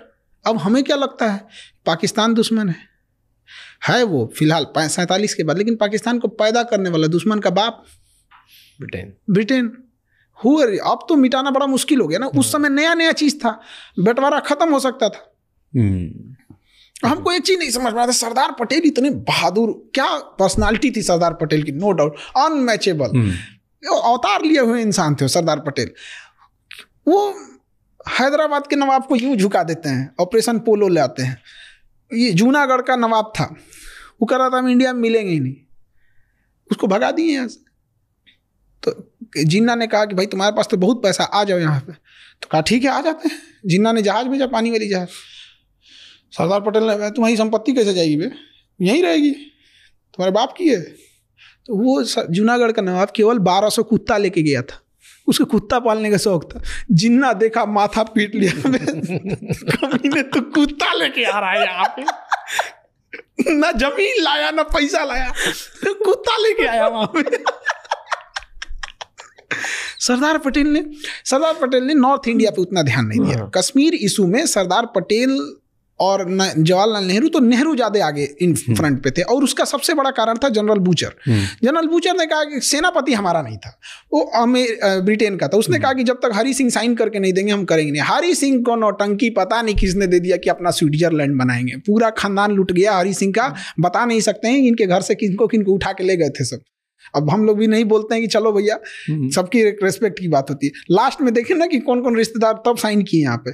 सरदार पटेल ने तो वहां से ना भेजा। सरदार पटेल की बात अलग थी। वो इंसान अगर चाह देते ना, ये लाइन मिटाने का मतलब क्या चाहिए, तो पाकिस्तान वाला मिटाते, अफगानिस्तान वाला भी मिटा देते। देखते कोई नहीं देख रहा है, नॉर्थ इंडिया और भी सेंट्रल एशिया में चलते हैं। गलत हो गया उस टाइम हम लोग से। आपको लगता है वो पीएम बनने थे फर्स्ट? बनने तो चाहिए थे, लेकिन जिंदा रहते तब ना। ये बड़ा अजीब सी बात होती है। सरदार पटेल जी की आकस्मिक मृत्यु 1950 में हो गई थी, और हमारे यहाँ पहला इलेक्शन ही हुआ 1951 में। नहीं, 47 के बाद ही। वो तो प्रोविजनल गवर्नमेंट थी। वो तो प्रोविजनल गवर्नमेंट थी, वो तो वायसराय के अंडर में काम कर रही थी। सेनापति मेरा नहीं, वायसराय मेरा नहीं, तो हम क्या करेंगे ऐसा राजा बन के कि जमीनें मेरे, सेना नहीं है। तो किसको बनना था पहला प्रधानमंत्री जो चेंज कर देता इंडिया की? तो उस समय जो कर सकते थे 47 में प्रोविजनल गवर्नमेंट में, उन्हीं के हाथ में था, होम मिनिस्टर के अंडर में। नहीं, उसके बाद पहले इलेक्शन के टाइम पे देखिए पहले इलेक्शन के टाइम पे तो बहुत लेट हो जाता है। हाँ। 47 में ही बात कर रहे हैं, क्योंकि आप बहुत लेट कर दीजिएगा तब तो नहीं हो पाएगा। 47 में ही ये विभाजन खत्म होना चाहिए था। और जिन्ना को टीवी था, मर गया, फिर क्या ले लेते? हाँ, वहाँ पे जिन्ना मारा था ना, तो उसकी बॉडी को 2 घंटा बाद आया था सर ले जाने के लिए। एम्बुलेंस में मर के सड़ रहा था, मक्खी भन बना रही थी, एम्बुलेंस का एसी नहीं चल रहा था, अब फ्यूल खत्म हो गया। तो सोचिए उसका कारकेट जाना चाहिए ना, तो फ्यूल खत्म हो गया था। फिर मैसेज गया कि जिन्ना यहाँ पड़ा हुआ है, ले जा भाई तू। ओके, आप पाकिस्तान की बात कर रहे थे। मैंने आपका एक वीडियो देखा, उसमें थंबनेल था, पाकिस्तान के लोग ये वीडियो मत देखना। ये वीडियो में क्या बताया आपने? ऐसा क्या बताया? 1971 की वार की चर्चा थी इस वीडियो में, और ये आई थिंक 5 साल पहले का वीडियो, 2020 के आसपास का। हाँ, तो उसमें यही बता रहे थे कि मतलब पाकिस्तान अपना किस तरह, मतलब 2 साइड में लड़ाई चल रही थी। एक थी बांग्लादेश साइड में, तो बांग्लादेश साइड में हमारी आर्मी उसके ऊपर भारी पड़ रही थी, और उसने सोचा कि भाई बांग्लादेश तो गया मेरे हाथ से। तो उसने पूरी अपनी टैंक रेजिमेंट और पूरी इन्फेंट्री बटालियन लेके घुस गया राजस्थान में, जिसपे लोंगेवाला की लड़ाई अपने बड़ा फेमस लड़ाई थी। मेजर कुलदीप सिंह चांदपुरी। तो वो 120 जवान थे, उनके सामने पूरी इन्फेंट्री बटालियन थी और पूरी टैंक थी। उनको ऊपर से ऑर्डर थे, छोड़ के हट जाओ भाई, नहीं लड़ पाओगे उनसे। वो लोग नहीं हटे, और रात भर रोक दिया उन लोगों को। सुबह आई, जहाजें मार गई। हमारी सेना के ऊपर ऑर्डर आए थे कि हट जाओ, सुबह जो होगा देखा जाएगा। उन्होंने कहा कि भैया सुबह तक ये तो पूरे जोधपुर एयरबेस उड़ा देंगे सब। और उसी लड़ाई में पाकिस्तान की सेना थी, उसको 93,000 फौज को पाकिस्तान से मैसेज था, हटना मत गधा कहीं का, बहुत बिरयानी खिलाए तुमको, हटना मत। वो 93,000 सरेंडर कर दिए। 93,000। इन सबको ना चम्मच में थूक के डूब जाना चाहिए। तो क्यों सरेंडर कर दी? कुछ तो लड़ने की औकात होनी चाहिए। यहाँ हम 120 में रोक, यहाँ 120 में रोक दिए हो। 1.25 लाख एक लड़ावा। तो क्यों इनकी नहीं है 93,000? इतने बड़ी, यही तो हमें नहीं समझ में आता है, इतने कैसे जाहिल हो सकते हैं। 93,000 खत्म कर दिए, जबकि इनके पीछे बैक सपोर्ट था ब्रिटेन का, नाटो का, अमेरिका का, सबका बैक सपोर्ट था। अब ये क्या कर सकते हैं? और ये अपने यहाँ अभी भी कहते हैं सरेंडर नहीं हुए थे। यही कहते कि भाई तुम मानोगे हो नहीं कि तुम्हारे यहाँ सरेंडर हुए थे, तो ये बारात में घूमने आए थे 93,000। इनको अमेरिका भी अपनी भेज रहा था ना, शिप सपोर्ट करने के लिए भेजने वाला था पहुंचने से पहले। अमेरिका का तो आधा बेइज्जती पाकिस्तान कराया। उसने पैटर्न टैंक भेजा अमेरिका ने पाकिस्तान को कि अनविंसिबल टैंक है, इसे कोई नहीं उड़ा सकता है। RCL गन से वीर अब्दुल्ला भी उड़ा दिए। अमेरिका का टैंक का ऑर्डर खत्म हो गया। पाकिस्तान, अमेरिका ने कहा कि छोटा तुमको हम नहीं देंगे, टैंक से ज्यादा चलाने वाला मायने रखना चाहिए। अमेरिका ने एक पनडुब्बी दिया, PNS गाजी नाम था उसका। कहा कि इसको कोई नहीं डुबा सकता। उसको हमारा एक जहाज डुबाया, जो जहाज खराब हो गया था, लंगर में था, मेंटेनेंस चल रहा था। INS राजपूत मार के गिरा दिया गाजी को। अमेरिका कहा कि तुमको हम हथियार नहीं देंगे, तुम पूरा बेइज्जत करा के रखा है हमको। 1970 का जहाज था MiG-21। 1970 की मोटरसाइकिल चलाने में डर लगेगा हम लोग को। उतनी पुरानी मोटरसाइकिल चलेगा भी कि नहीं चलेगा, अजीब लगेगा। हम लोग का MiG-21 जहाज 1970 का, उसमें गिरीश मोबिल सब खत्म है, झर झर झर करता है। इसे दरवाजा बंद हो जाएगी, पायलट कहते भाई बंद हुआ कि नहीं, इसे नहीं, भाड़ा पे टेम्पू उम्पू चलती है वहां पे, वैसा जहाज से। और पाकिस्तान का F-16 मार के गिरा दिया। F-16 मार के गिरा दिए। अब दुश्मन के एरिया से यूं टर्न लेके भागना था। अब ये पुराना जहाज था, टर्न लिए बस वहीं क्रैश हो गया। अब पाकिस्तान पागल हो गया भाई। अमेरिका को कहते हैं भाई अच्छे लोगों को हथियार भेजो, तुम्हारी भी इज्जत बची रहेगी। F-16 मार के गिरा दिया। अब पाकिस्तान कह रहा है कि नहीं गिरा F-16, उसका जो विंग्स टूटा हुआ था वो इंडिया में गिर गया। तो हमारे एयरफोर्स ये देख, ये टेम्पू का दरवाजा है रे। इनको ऐसा लगता है ना कि हमको लगता है, इन सबको ऐसा लगता है कि इनको फरिश्तों से डायरेक्ट फोन नंबर रखे होंगे, सब ये बात करते होंगे उस तरह से। हम लोग का चंद्रयान क्रैश कर गया, होता है। हमारे वैज्ञानिकों ने पूरा कोशिश किया था, वहां पहुंचा कि जमीन पे लैंडिंग ठीक जगह पे नहीं हुई थी। लेकिन उसके बाद तो हम लोग ने अच्छा कर दिया। जब क्रैश किया था तो बहुत खुश थे सब। अरे गधों, जो पहुंच सकता है वो अगली बार अच्छे से पहुंच जाएगा। एग्जैक्टली। अब वो पूछ रहा है सब कि क्या करेंगे चांद पे जाके। मतलब किस स्कूल कॉलेज में, हमको ना कभी कभी लगता है कि हमारे यहाँ स्कूल खराब है। कह रहा है कि चांद पे जाके क्या करेंगे। अरे कल को अगर वहां यूरेनियम मिल जाता है, वहां जाएंगे, यूरेनियम निकाल के लाएंगे। दुनिया का सबसे महंगा चीज यूरेनियम है। सोना चांदी हीरा को पूछता को नहीं। तो मतलब ये तो नॉर्मल लोगों को लगता है कि सोना बहुत महंगा चीज है। अरे सोना मतलब क्या चीज, टांग के घूमो यहाँ पे। यूरेनियम कल को वहां मिलेगा, हम लेके आ जाएंगे। और जब तक इनकी टेक्नोलॉजी बनते बनते पूरा खदाड़ के लेके खत्म कर चुके रहेंगे। दो देश एक ही टाइम पे अलग हुए थे, एक ही हिस्से से अलग हुए थे, पाकिस्तान और इंडिया। दो ने डेढ़ बोलिए, डेढ़ आधा ही है। उसका आधा बांग्लादेश कट गया। वो आधा देश प्रगति क्यों नहीं कर पाया जब एक ही टाइम पे अलग था? उनमें दिक्कत क्या है? उन सबको ना अजीब दुनिया में जा रहा है सब उनको। उन लोग की दुनिया ही अलग है। हम लोग को ना बिल्डिंग चाहिए, फैक्ट्री चाहिए, हॉस्पिटल चाहिए। ये छोटा मोटा चीज उन सबको थोड़ी चाहिए। सीधे ताज होटल में आएंगे, बम चलाएंगे और उसका जन्नत में जाएंगे। अरे गधा कहीं का। ऊपर वाले को सबसे ज्यादा अगर किसी ने बदनाम किया तो पाकिस्तान वालों ने बदनाम किया। कोई इंसान मेरा नाम लेके किसी को 2 तमाचा मार दे, खान सर की जय, खान सर की जय, 2 तमाचा मार दे, हम फंस जाएंगे। ये अपने खुदा का नाम लेके बम चलाते हैं। यार फंसा किसको रहे हो? तुम बदतमीज हो, तुम बम मार रहे हो, किसी मासूम को ले रहे हो। तो अच्छे चीज में नाम लो। कहीं तुम परोपकार कर रहे हो, कोई हॉस्पिटल खोल रहे हो, वहां खुदा का नाम। गलत काम में क्यों खुदा का नाम लेते हो? फिर क्या है कि कोई इंसान नॉर्मल नमाज पढ़ रहा है, खुदा का नाम ले रहा है, लोग उसको अंतर नहीं समझ कर पाते हैं। अजीब हाल है ये। कहीं 50 एम्बुलेंस डोनेट कर रहे हो, तुम नाम लो अपने भगवान का, लो अपने खुदा का, लो सबको अच्छा काम में लो। पूरी कम्युनिटी को नाश के रखा है। क्या बोलिएगा इसको? बट प्रॉब्लम क्या है ना, धार्मिक चीज़ें बहुत ज़्यादा आगे नहीं होनी चाहिए। धार्मिक चीज़ों में एक चीज़ क्या है ना कि वहाँ पर आपका धार्मिक चीज़ें में आप उसमें ना आप लॉजिक नहीं लगाइए। जो बोला जा रहा है चुपचाप एक्सेप्ट कर लीजिए, जो है वही मान लीजिए। अब जब ये बहुत ज़्यादा हो जाएगा ना, समाज को इस चीज़ की आदत लग जाएगी एक्सेप्ट करने की। एक पाकिस्तान के कोई बहुत फेमस इंटेलेक्चुअल थे, वो हम तो उन्हें उतना देखते नहीं हैं, बट उनका एक क्लिप आया था कोरोना के टाइम पे कि वैक्सीन मत लगवाना, अमेरिका की वैक्सीन है। तो हमको लगा कि भाई सुनना चाहिए, भाई पाकिस्तान का स्कॉलर आदमी क्या बोल रहे हैं। तो हम सुने कि क्यों, उस समय कोरोना सबको डर लग रहा था, जो बोलता था हम कि क्या बोल रहे हैं भाई, सुन सुन सुन कर रहे कि ये अमेरिका की चाल है, वो वैक्सीन में कोई नैनो चिप रखे हैं। हमको और वो इसके हेल्प से, इस वैक्सीन की हेल्प से हमारी दिमाग को कंट्रोल करेंगे, हमारी दिमाग चुरा लेंगे। हम कह रहे भाई अमेरिका को अगर दिमाग चुराना है, तुम गधों का दिमाग चुराएंगे। नाड़ा बांधने के अलावा आता क्या है तुम लोगों को? क्या बेवकूफ़ी चल रही है इन सब की, अलग टाइप का। मतलब इनको देखते तो हमें भी लगता हमारा एजुकेशन सिस्टम ठीक है, चलो भाई कोई शिकायत नहीं है इंडिया से, कोई बहुत अच्छा चल रहा है, इंडिया एकदम ठीक ठाक चल रहा है। जिसने भी लाया है अलग अलग प्रधानमंत्रियों का योगदान है, कम के वो इसे तो भाषण नहीं मचाया है सब जैसे उन्होंने कर दिया। बट वहाँ पे लगता है कि आर्मी की वजह से दिक्कत है, क्योंकि आर्मी कंट्रोल करती है, आर्मी ही बनाती है प्राइम मिनिस्टर, आर्मी ही हटा देती है, जो प्राइम मिनिस्टर बनता है वो जेल चले जाता है। पाकिस्तान के पास आर्मी नहीं है। नहीं, पाकिस्तान के पास आर्मी नहीं है, आर्मी के पास पाकिस्तान है। ईद के टाइम पर देख रहे थे, ईद में उसका जनरल जो था, सेना का जनरल, पूरे शहर में पोस्टर लगाया हुआ है, ईद मुबारक। अब फोटो लगा, जैसे अपने नेताओं का कैसे फोटो लगता है, शुभकामना, नव वर्ष की शुभकामना, ईद मुबारक, होली की शुभकामना, वैसे सेनापति अपना पूरे शहर में लगवाया हुआ है। क्या इंडिया में लगा सकते हैं? क्या हाल है वहां पे पाकिस्तान वाले? उसका सबसे बड़ा कारण क्या था कि जिन्ना ने देश लिया उससे ज्यादा खतरनाक था कि जिस तरीके से उसने देश लिया। और जब देश आजाद हो गया, मतलब विभाजन हो गया, तो मुस्लिम लीग ने कहा कि हमें अपना मुल्क मिल गया। तो उसने डांटा था मुस्लिम लीग को और कहा था कि इतिहास याद रखेगा, मुस्लिम लीग ने देश अलग नहीं किया, जिन्ना के ताकत से देश अलग हुआ।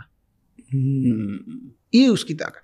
और गुजरातियों को अंडर एस्टिमेट नहीं करना चाहिए। जिन्ना भी गुजरात के थे भाई, बहुत तेज दिमाग के होते। जीना भाई ठक्कर, मतलब वो ठक्कर जाति से था, मुस्लिम नहीं था जिन्ना, उसके दादाजी मुस्लिम नहीं थे। जेना भाई ठक्कर थे, ठक्कर जाति से। तो उसने ना मछली का व्यापार करते थे, तो शाकाहारी लोगों ने उन्हें बाहर कर दिया, भागो यहाँ से, तुम ये मछली कराची में सीख दिए। तो मुंजा भाई ठक्कर मुंजा भाई ठक्कर का बेटा हुआ जेना भाई ठक्कर, और जेना भाई ठक्कर का बेटा हुआ मोहम्मद अली जिन्ना, और ये इस्लाम धर्म अपनाया था और उसके बाद से ये कांड कर दिया। तो अगर जिन्ना को हम लोग एलिमिनेट कर देते ना तो पाकिस्तान बनता ही नहीं। नाथूराम गोडसे, हमको लगता है इसने को किसी ने गलत सुपारी दे दी थी, फोटो दिखाने में गलत कर दिया कि मारना है इसको, मार दिया उसको जाके। भाई मारना था तो जिन्ना को मार देते यार। हम लोग तो बदनसीब थे भैया, हम लोग तो अभी जन्म लिए हैं, आज़ादी के समय हम लोग नहीं थे। बट इनफैक्ट एक कॉमन सेंस भी रहता, अगर हमें ही मारना रहता तो भाई हम गांधी को क्यों मारे? 80 साल का बूढ़ा तेज ढकेल देंगे तो मर जाएगा इंसान, उसको मार दिया। कितना बेशर्मी का बात है यहाँ पे। जिन्ना को मार भाई, सारा बवाल खत्म हो जाएगा यहाँ पे। वही ना मचा रहा है यहाँ पे। आप उस आइडियोलॉजी की नहीं हो जहाँ पे लोग डिबेट करते हैं ना कि गांधी जी ने ऐसा किया, गांधी जी ने ऐसा किया। कहाँ कौन से प्रस्ताव में गांधी ने लाया? देश का विभाजन हुआ, CR फॉर्मूला, चक्रवर्ती राजगोपालाचारी लास्ट में थे, सरदार पटेल ने भी सहमति उस समय थी, जवाहरलाल नेहरू की भी सहमति थी, सबकी थी।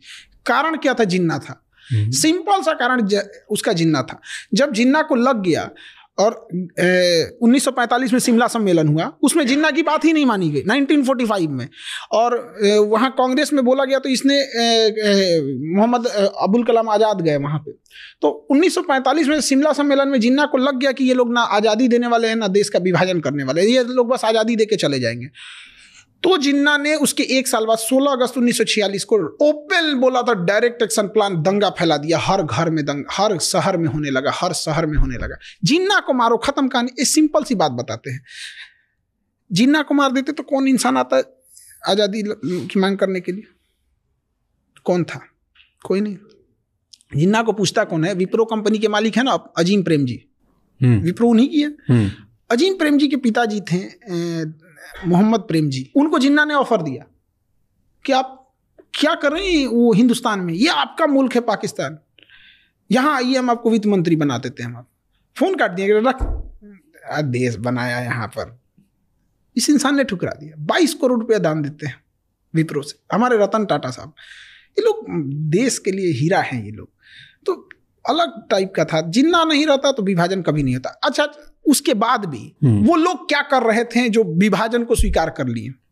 बाकी लोग, इसका मतलब आप ये मानते हैं कि वो 80 साल का बूढ़ा जो चल नहीं सकता था, जिसको 2 इंसान उठा के ले जाते थे, उसमें इतनी ताकत थी और आपके नौजवानों में कोई ताकत नहीं थी? दोनों बात आप एक साथ नहीं बोल सकते। तो आप इसको एक्सेप्ट कीजिए। एक और आप कहते हैं कि सारे नेता का योगदान है, एक और कहते हैं यही अकेले सब कुछ कर दिया। आज़ादी की श्रेय में यहाँ एक कोई किसी को दान देता है 2 किलो अनाज, केला, फल देता है ना, तो 4 फोटो खिंचवाता है। एक कोई घर बनवाता है तो 10 फोटो खिंचवाता है। इंडिया मैच जीत जाती है तो लोग फोटो खिंचवाने के लिए लाइन लग जाती है। देश जब आज़ाद हुआ ना तो सारे लोग जश्न मनाने दिल्ली में थे। गांधी उस समय नोआखली में एक दंगे को कंट्रोल करने वाले थे, और तब लॉर्ड माउंटबेटन ने देखा ना, कहा कि दंगा कंट्रोल नहीं हो सकता है। तब गांधी जी पहुंचे, दंगा कंट्रोल कर दिया। तो लॉर्ड माउंटबेटन ने कहा वो एक अकेला आर्मी है, वो 1 मैन आर्मी। क्या बात कर सकते हैं उसको, गांधी को? और ये गांधी को गाली दे सकते हैं लोग ना, इसीलिए कि देश गांधी का है, ये देश गांधी का है। वरना पाकिस्तान में रह के जिन्ना को गाली देंगे, मार देता सब। वो बोल भी पा रहे हैं। और हमको एक चीज बड़ा अब सत्य लगता है, उस समय नहीं लगता था। आइंस्टीन ने कहा था कि आने वाले 100-200 सालों में कोई बिलीव भी नहीं करेगा कि ऐसे हाड़ मांस का शरीर वाला इंसान भी भारत में था। उसको पहले से आभास था आइंस्टीन को कि लोगों की मेंटेलिटी। अभी तो 100 साल भी नहीं बीता, लोग गालियां देना चालू कर दी। गांधी जी का फोटो नोट पे क्यों है? Why do you think? मतलब हर देश में जो फोटो होती है वो एक ऐसे इंसान की होती है जो एक लंबे समय तक देश को नेतृत्व संभाला हो, एक मुश्किल दौर में, लंबे समय तक। कई बार आप देखिएगा ना, मैच में कोई ऐसा इंसान मैच जिताता है ना, ज़्यादा रन नहीं मारा है लेकिन मुश्किल दौर पे विकेट को बचा के रखा था। तो गांधी वही खिलाड़ी था, मुश्किल दौर में बचा के रखा था। वर्ल्ड वॉर 1 के बाद उन्होंने जो संभाला यहाँ पे। और गांधी रहता तो मुस्लिम लीग बना ही नहीं रहता। 1906 में ये क्या कर रहे थे? 1916 में जब कांग्रेस और मुस्लिम लीग के बीच लखनऊ में समझौता हुआ तो सरदार पर ये बाल गंगाधर तिलक जी थे वहाँ पे, उनके उपस्थिति में समझौता हुआ। वहाँ पे एनी बेसेंट थी लखनऊ समझौता में। होने ही नहीं देना चाहिए था उसी समय। अब जड़ मसल के खत्म कर देते। मुस्लिम लीग बनता ही नहीं तो मांगता कौन? जिन्ना। अपने पैरेलल एक संगठन बना दिया। 1909 में मुसलमानों के लिए अलग निर्वाचन क्षेत्र घोषित कर दिए। कौन पागल था उस समय, उसको नहीं पता था कि आप एक एरिया अलग दे रहे हैं, कल को वो देश बना लेगा। यही चीज़ जब 1932 में इंग्लैंड में रैमजे मैकडोनाल्ड करना चाहता था, महात्मा गांधी वहाँ गए और टेबल पे मीटिंग चल रही थी, राजा बैठा था, प्रधानमंत्री बैठे थे, गांधी उठ के चले आए और जब यहाँ आए तो लोगों ने पूछा कि क्या आए हैं, तो उन्होंने कहा कि मैं खाली हाथ आया हूँ लेकिन देश के इज्जत पे बट्टा लगने नहीं दिया हूँ। और 1909 में जब पृथक निर्वाचन दिया जा रहा था तो उस समय कौन गुनहगार था? खैर, जो न गांधी को जान रहा है न नेशनल फ्रीडम स्ट्रगल पढ़ा नहीं, वो भाषण देगा तो उसको क्या सुन सकते हैं। और सवाल उठाने वाले बहुत लोग हैं बिना पढ़े लिखे। सवाल तो लोग सीता मैया पे उठा दिए थे, तो गांधी जी क्या है? तो गांधी और हम और आप क्या चीज़ है? इस समाज का उसूल है, जो इस समाज को उठाएगा समाज उसको मार देगा। चाहे महात्मा बुद्ध को जहर देना हुआ हो, चाहे अब्राहम लिंकन को मारना हुआ, चाहे सुकरात को हो, चाहे ईसा मसीह को सूली पे चढ़ाना हो, या फिर इमाम हुसैन का कत्ल करना हो, या फिर गांधी को गोली मारना हो, या सीता मैया को अग्नि परीक्षा पे बैठाना हो। ये समाज उसी को उंगली उठाता है जो इसे सहता है। इस सब मामले में कृष्ण जी ठीक थे, इस सब मामले में सबसे ठीक ठाक है, दुर्योधन ज्यादा नहीं। क्यों ठीक थे सबसे, ऐसे क्यों? ये सब एक उनके लिए एक फिक्स था कि भाई एक लिमिट से ज्यादा कूदोगे तो काम खत्म कर देंगे यहाँ पे। इतना नहीं यहाँ पे कि कौन रथ से नीचे उतर गया था, मारिए इसको। तो काहे भाई, इंसानियत। जब द्रौपदी का चीरहरण हो रहा था तो इनका इंसानियत मर गया था। टिट फॉर टैट, ये सब चीजों में ठीक थे। आप कौन से किसको फॉलो करते हैं? हम सबको सब। यहाँ एक इंसान जिस मोहल्ले में रहता है सबसे संपर्क बना के रखता है। वो पुलिस वाला है, पोस्ट ऑफिस में टीचर हैं, ये IAS है, एक जज हैं, और संपर्क बना के रखता है, बड़ा खुश होता है। तो फिर इतने बड़े बड़े भगवान से क्यों बैर लेना भाई? सबसे मिलजुल के रहो, कोई दिक्कत कभी आएगी तो खुल के बोल सकते हो। और क्या ये बताइए, अगर कोई क्रिश्चियन है वो वाहे गुरु से कहे कि हमारी मुसीबत में आप, मेरी मुसीबत है, हमें इस मुसीबत से निकाली, तो क्या कहेंगे? तुम क्रिश्चियन हो। इंसानियत सबसे बड़ा होना चाहिए, सर्वोपरि। अभी देखा जो बिल के ऊपर बात हो रही है, वक्फ बोर्ड बिल, वो क्या है ना कि रिलीजियस चीजें जो होती है ना, जैसे CNRC आया था ना, ऐसा लग रहा था कि दुनिया पलट जाएगा, तो ये हो जाएगा, तो वो हो जाएगा, देश के लिए ये वो, पता नहीं क्या हुआ, पता ही नहीं चलता कुछ आपको। मतलब कुछ GST आने वाला था तो इससे देश का विकास हो जाएगा, ये हो जाएगा, वो। मीडिया में जो हवाबाजी चलती है उसको रियलिटी से बहुत अंतर होता है। नोट बदल देंगे तो आतंकवादी का कमर टूट जाएगा, सोच रहा उसके बाद पुलवामा हुआ था। बताइए, इतना भयानक, चलती सड़क पे बम से उड़ा दिया, पठानकोट हमला हो गया यहाँ पर। तो जो मीडियाबाजी एक अलग चीज़ है, ऑन ग्राउंड रियलिटी अलग चीज़ है। UCC है, समान सिविल संहिता, ऐसा लग रहा है कि भारत सिंगापुर हो जाएगा। क्या हो जाएगा उसमें? एक तो शादी ब्याह का रूल होगा कि भाई आप डिवोर्स देने का तरीका बदलेगा, डिवोर्स नहीं खत्म होने, तरीका बदलने वाला कि आप कोर्ट से जाके डिवोर्स लीजिएगा। सारे धर्मों के लिए एक जैसा हो जाएगा। वसीयत का होगा कि भाई बेटा का अधिकार है तो बेटी का भी अधिकार है। लेकिन ऐसा देखिएगा UCC में ऐसा लगेगा कि नहीं, अब इंडिया में सब लोग सिंगापुर हो जाएंगे, ये हो जाएंगे। ये रिलीजियस चीज़ें मेन मुद्दों से, काश अगर ये सब चीज़ें नहीं होती तो आज हमारे मीडिया में क्या चल रहा होता। हेल्थ सिस्टम अच्छा करो, लड़कियों को एजुकेशन क्यों नहीं दे रहे हैं? फिल्मों में लड़कियों को क्या दिखा रहा है कि उनकी ज़िंदगी किसी पुरुष पे डिपेंडेंट है। पुष्पा मूवी में मस्त पुष्पा बेचारी श्रीवल्ली खाना बनाने के लिए है। एक लड़कियों पे क्या इफेक्ट पड़ रहा है? किसी भी फिल्म में लड़कियों की स्थिति, हीरोइन की स्थिति कौन ठीक कर रहा है? पुरुष। चाहे KGF हो, बेचारी को गोली लग जा रहा है, कुछ नहीं कर पा रही है, यही देखो सब कुछ। कभी इस पे आवाज़ उठाएंगी ना कि भाई हम लोग को क्या दिखा रहे हो? क्या हम लोग किसी काम के नहीं, बस खाना बनाने के लिए, डांस करने के लिए हैं? फिल्मों में यही ना दिखा रहा है। तो ये मुद्दों से भटकाने के लिए अच्छी चीज़ें होती हैं, ये सब चीज़ आसान रास्ता है। इन सब चीज़ों के अलावा भी इंडिया में हमारे पास बहुत सारी दिक्कतें हैं, बहुत सारे अभी तक फ्लॉज है, लाखों समस्याएं हैं।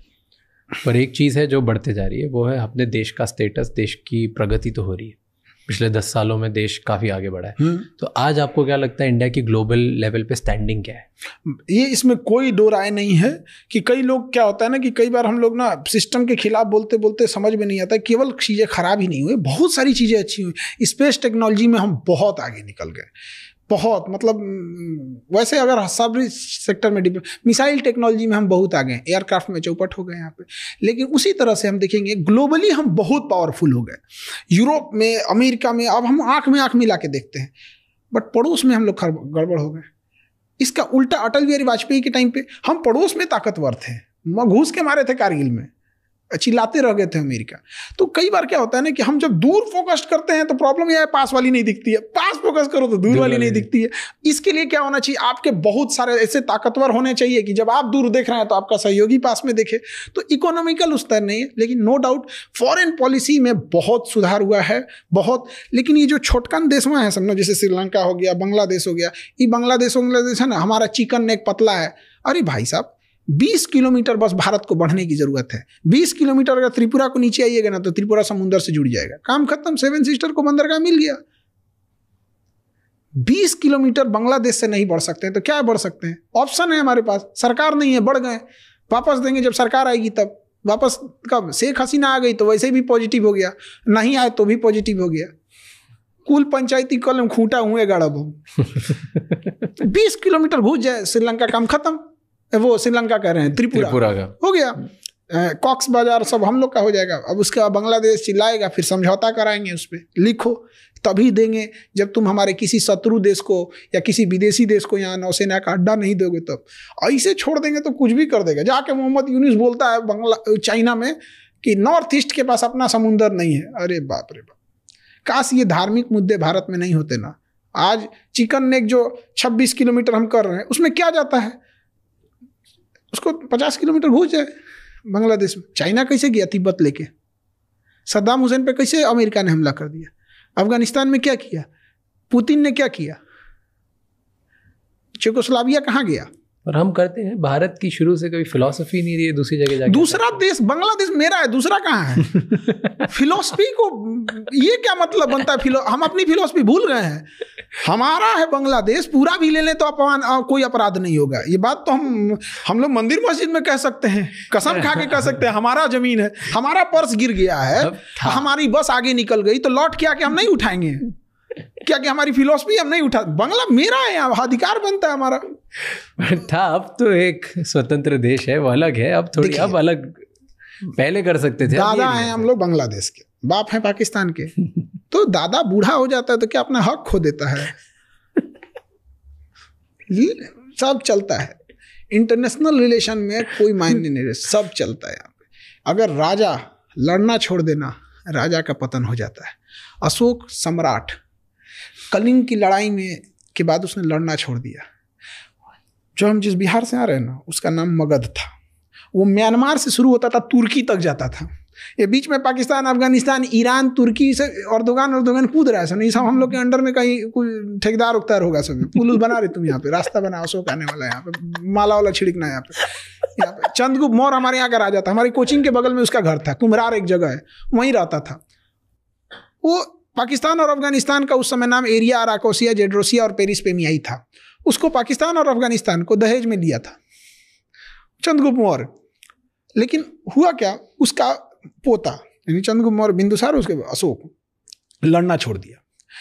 वो मगध धीरे धीरे छोटा होते होते होते होते होते होते आज बिहार बचा है।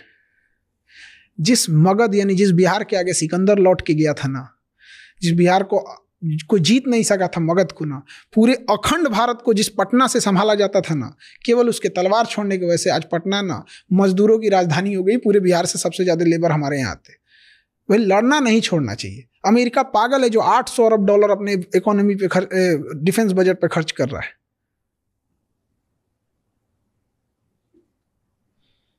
भाई हम कहाँ, हम जबरदस्ती मार रहे हैं। वो धमकी दे रहा है तुम्हारा चिकन नेक पतला है, चौड़ा कर देंगे इसे।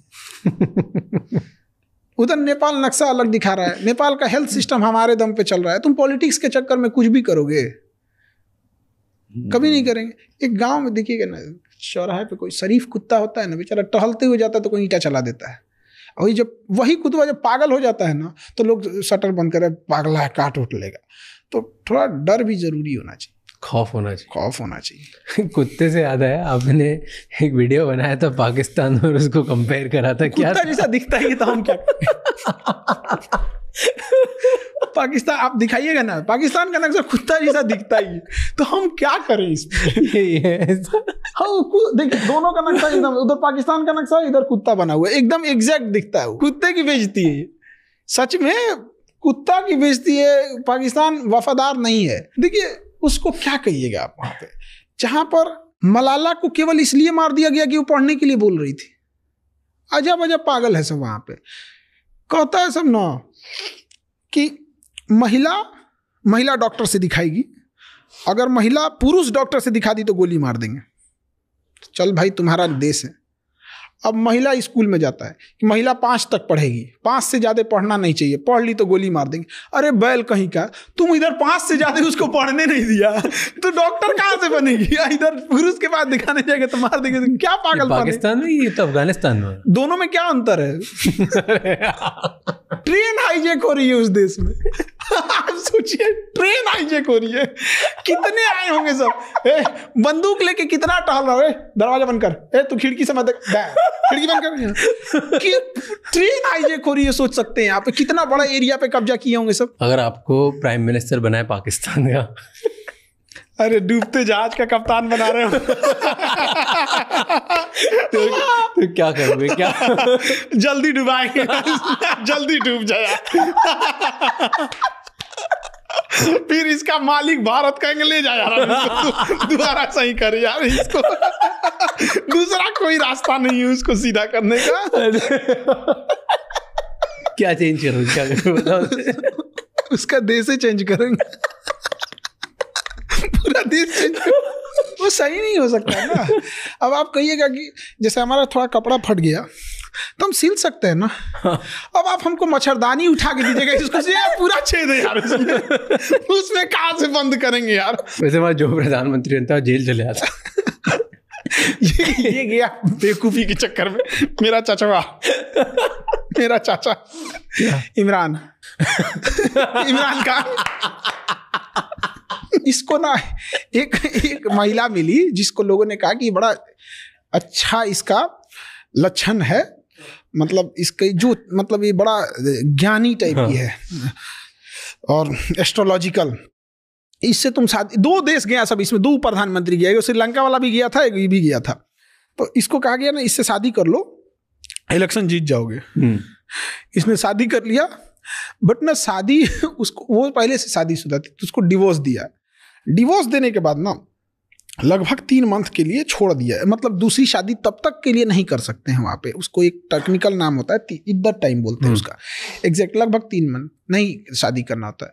इसने क्या किया ना, वो इद्दत का टाइम है नहीं छोड़ा, बीच में बियाह कर लिया 64 साल के एज में। इमरान खान उसी लिए जेल गया है। इस्लामिक रूल के हिसाब से आपने टाइमिंग तो देना चाहिए ना। उस बूढ़ा होके तीसरा की चौथा शादी किया, क्या जरूरत थी बेवकूफ़ी करने की उसको। और उसको ना जब कोर्ट में पेश कर रहा था सब, तो उसको कोई गोली ना मार दे, उसको बुलेट प्रूफ पहनाया था सब, और सर पे कोई गोली ना मार दे तो बाल्टी उड़ा के ले गया था। स्टील का बाल्टी बना के ले गया कि इसको मार देगा सब।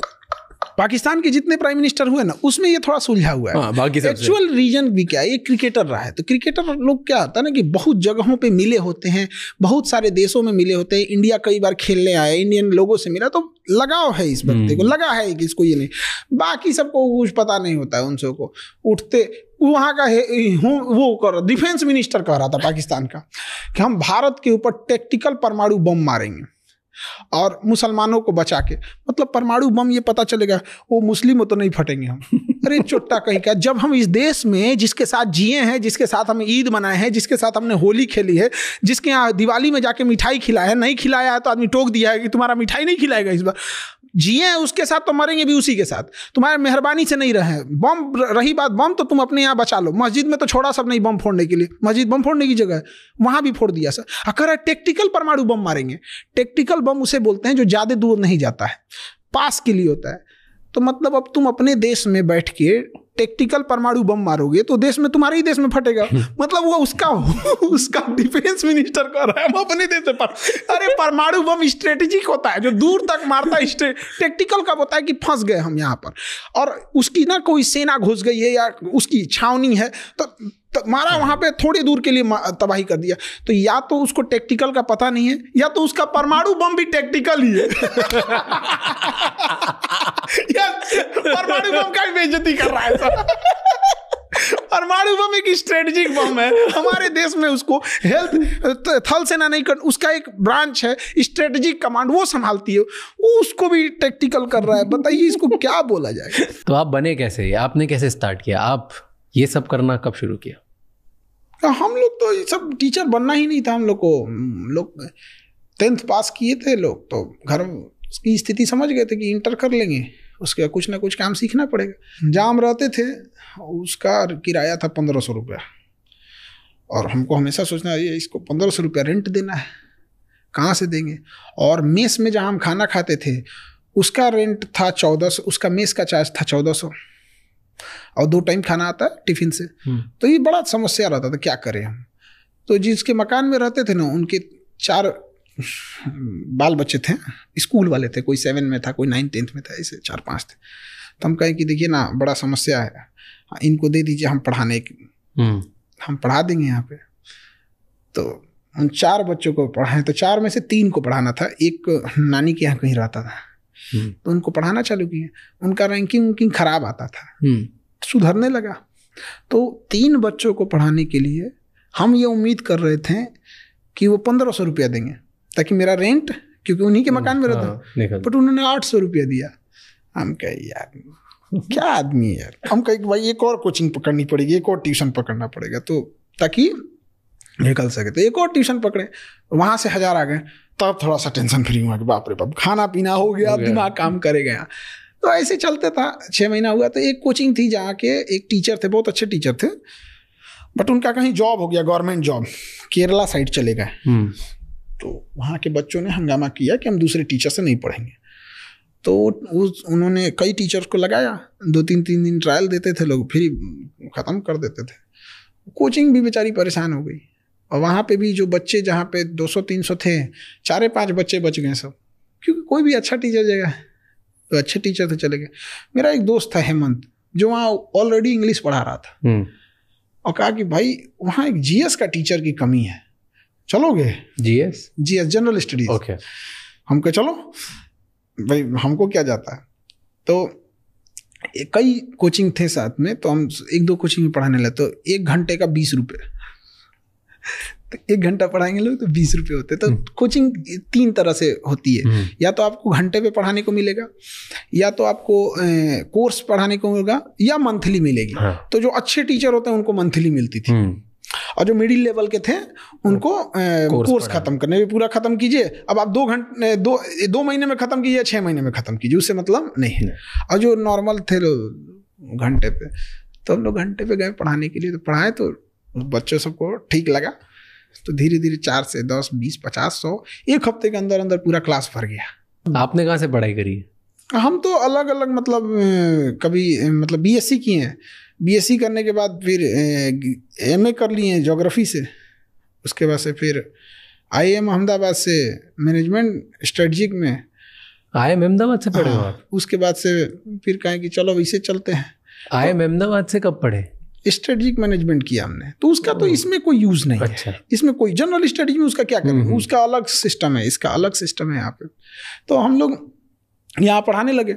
अब 1 घंटे का 20 रुपये मिलता था, तो हम सोचते थे 6 घंटा पढ़ा दे, 100-150 हो जाए यहाँ पे। फिर उन्होंने भी बढ़ा दिया, फिर उन्होंने 100 रुपया कर दिया घंटे का। हाँ, फिर ठीक ठाक होने लगा। बट प्रॉब्लम क्या आने लगी ना, कि हम कहते थे कि बच्चों से फीस कम लीजिए। उसने बच्चों की फीस की कोई लिमिट ही नहीं रखी। मतलब जो चीज़ 1000 रुपये की थी, भीड़ हो गई थी, तो कहते थे देखो जगह नहीं है, सर के क्लास में जगह नहीं है, हम 1000 का 2000 लेंगे। हम कहे ये क्या तरीका है भाई। अब दूसरा क्लास देते तो वो नहीं देता था, कि दूसरा देगा तो फिर हमको 2 बार पैसे देने पड़ेंगे। और बच्चों के तो यही सब में थोड़ा टसल होने लगा, तो हमने छोड़ दिया कोचिंग। फिर अपना पढ़ाना चालू किया 200 में। आज भी 200। आज भी जो ऑनलाइन पढ़ने आते हैं 200 देते हैं। 200 रुपये महीना? नहीं, खत्म करके चले जाते हैं 200 में। जैसे सपोज उसको हिस्ट्री पढ़ना है 200 या 250 देगा अभी, क्योंकि इधर तो GST होता है 18% ठोक के रख देते हैं। 200-250 रुपया हिस्ट्री देगा, पूरा हिस्ट्री पढ़ के चला कोर्स पूरा हिस्ट्री कंप्लीट पढ़ लेगा।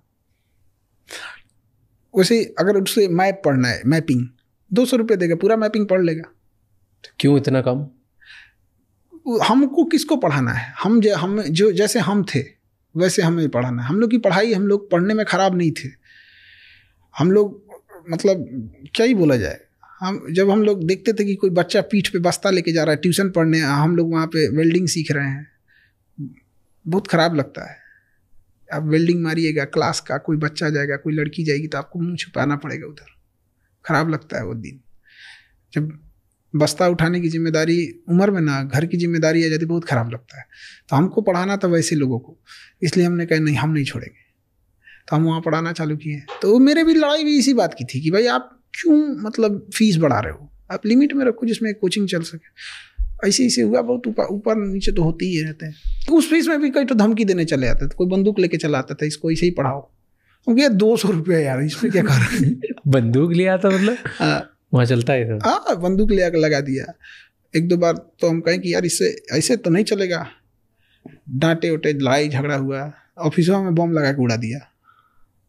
तो बम से उड़ा दिया, ऑफिस उड़ा दिया आपका? हाँ, उड़ा दिया बम से। फिर दूसरा बनाया।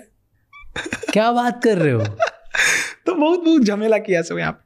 तो इरिटेट होके हम छोड़ दिए, हमको से कि अब पटना नहीं रहेंगे। फिर से हम सोचते हैं कि अपना काम सीख के सऊदी चल जाते हैं। पर ये क्या तरीका है कि कोई आपको आके बंदूक दिखा देता है, बम से उड़ा देता है, ये सब बहुत नॉर्मल है उधर? आपको आज से 1 हफ्ते पहले की बात बता रहे हैं। बिहार का एक जिला है भागलपुर, वहाँ एक 19 साल का बच्चा आइसक्रीम बेच रहा था।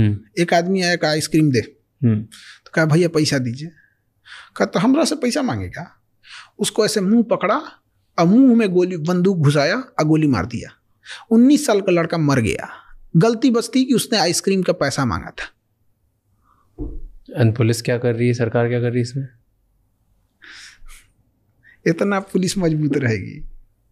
बिहार में क्या है, आज तक क्यों ऐसी कहानी अभी भी आती है? हम आपको 1 हफ्ता पहले की बात बता रहे हैं। हाँ, तो आज तक ऐसी क्यों कहानी? 1 हफ्ता पहले में वहाँ पर कोई पुलिस प्रशासन कुछ नहीं है? पहले हम लोग भी बहुत झेले हैं। पहले पुलिस को बोलते थे, अब हम लोग खुद सलट लेते हैं। बम चलाओगे, तुम्हारे ही पास एक ठो क्या करेंगे?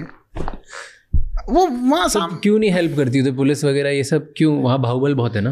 हाँ, आप किसको कहिएगा? यहाँ पे कोई हर पॉलिटिक्स में ऊपर तक पहुंचे उसकी, आप क्या करिएगा? अरेस्ट कराइएगा ना, ऊपर से एक तो मंत्री का फोन आ जाएगा, हमारा आदमी है, छोड़ दो, छोड़ देगी पुलिस। फिर आपका मुंह कुछ रहेगा नहीं, फिर आके आपको धमकाएगा, हो गई लो पुलिस, अब बचाएंगे पुलिस, अब आप कहाँ जाइएगा? वहाँ के लोगों का हालत बहुत बेकार है। ऐसा भी नहीं है, हम लोग चाहे जैसे भी उसी में जीना सीख गए। हम लोग एकदम कोई टेंशन नहीं है। अभी भी कोई लंदन अमेरिका जन्नत में बैठा देते, नहीं भैया हमको बिहार ही ठीक लगेगा। अब बिहार ही एकदम तो जान का खतरा है, पढ़ा नहीं सकते, 90 रुपए नहीं देना, 200 रुपए नहीं देना, उसके चक्कर में लोग बम उड़ा दे। तो हम लोग भी उसी में लड़ते लड़ते जी गए। यहाँ पे फौजी सबको देखिए, फौजियों की जिंदगी कैसी होती है, कौन सा उन्हें सुख चैन मिलता है। लेकिन फिर भी कोई फौजी को कहिएगा कि पोस्ट छोड़ के जाओगे, कहेगा आप मर जाएंगे, हम फौज नहीं छोड़ेंगे। हम लोग भी ना भैया, दुनिया में कुछ भी हो जाए, जन्नत एक और, बिहार अपना एक और। बिहार से तो भैया मतलब वो मिट्टी नहीं, लगाव है वहाँ। जो जाता है ना, अगर गलती से कोई 6 महीना बिहार में रह गया ना, चाहे जहाँ का भी वहीं का बच जाएगा। तो सेफ फील होता है वहाँ पे? हाँ, अब तो सेफ, एकदम अच्छा से सेफ रहते हैं। कैसे सेफ फील होता है? कोई बंदूक लगा देता है, कोई बम से उड़ा देता है, डर नहीं लगता? एक लेवल तक ही रहता है, उसके बाद से तो बंदूक लगाओगे, कितना है तुम्हारे पास, अब डर नहीं लगता। क्यों? अब एक लेवल तो उन सबको भी समझ में आता है कि इसको मारने का मतलब भी केस FIR नहीं करने वाला है। अच्छा, आप भी बाहुबल हो? नहीं, मतलब तुम मतलब एक सीधी सी बात है कि भाई आप किस हिसाब से पीटिए, कुछ भी कीजिएगा, वापस थोड़े जा पाएंगे लोग। लड़ाई झगड़ा पहले क्या था, एक्सपीरियंस नहीं था। अभी क्या है, तुम गोली चलाओगे, गोली खत्म होगी, अभी नहीं खत्म होगी, 10 मिनट बाद खत्म होगी, 15 मिनट बाद खत्म होगी, उसके बाद कहाँ जाओगे? तो आप तो चले जाओगे, आपको तो खतरा हो जाएगा। ऐसे कैसे हो जाएगा यहाँ पे?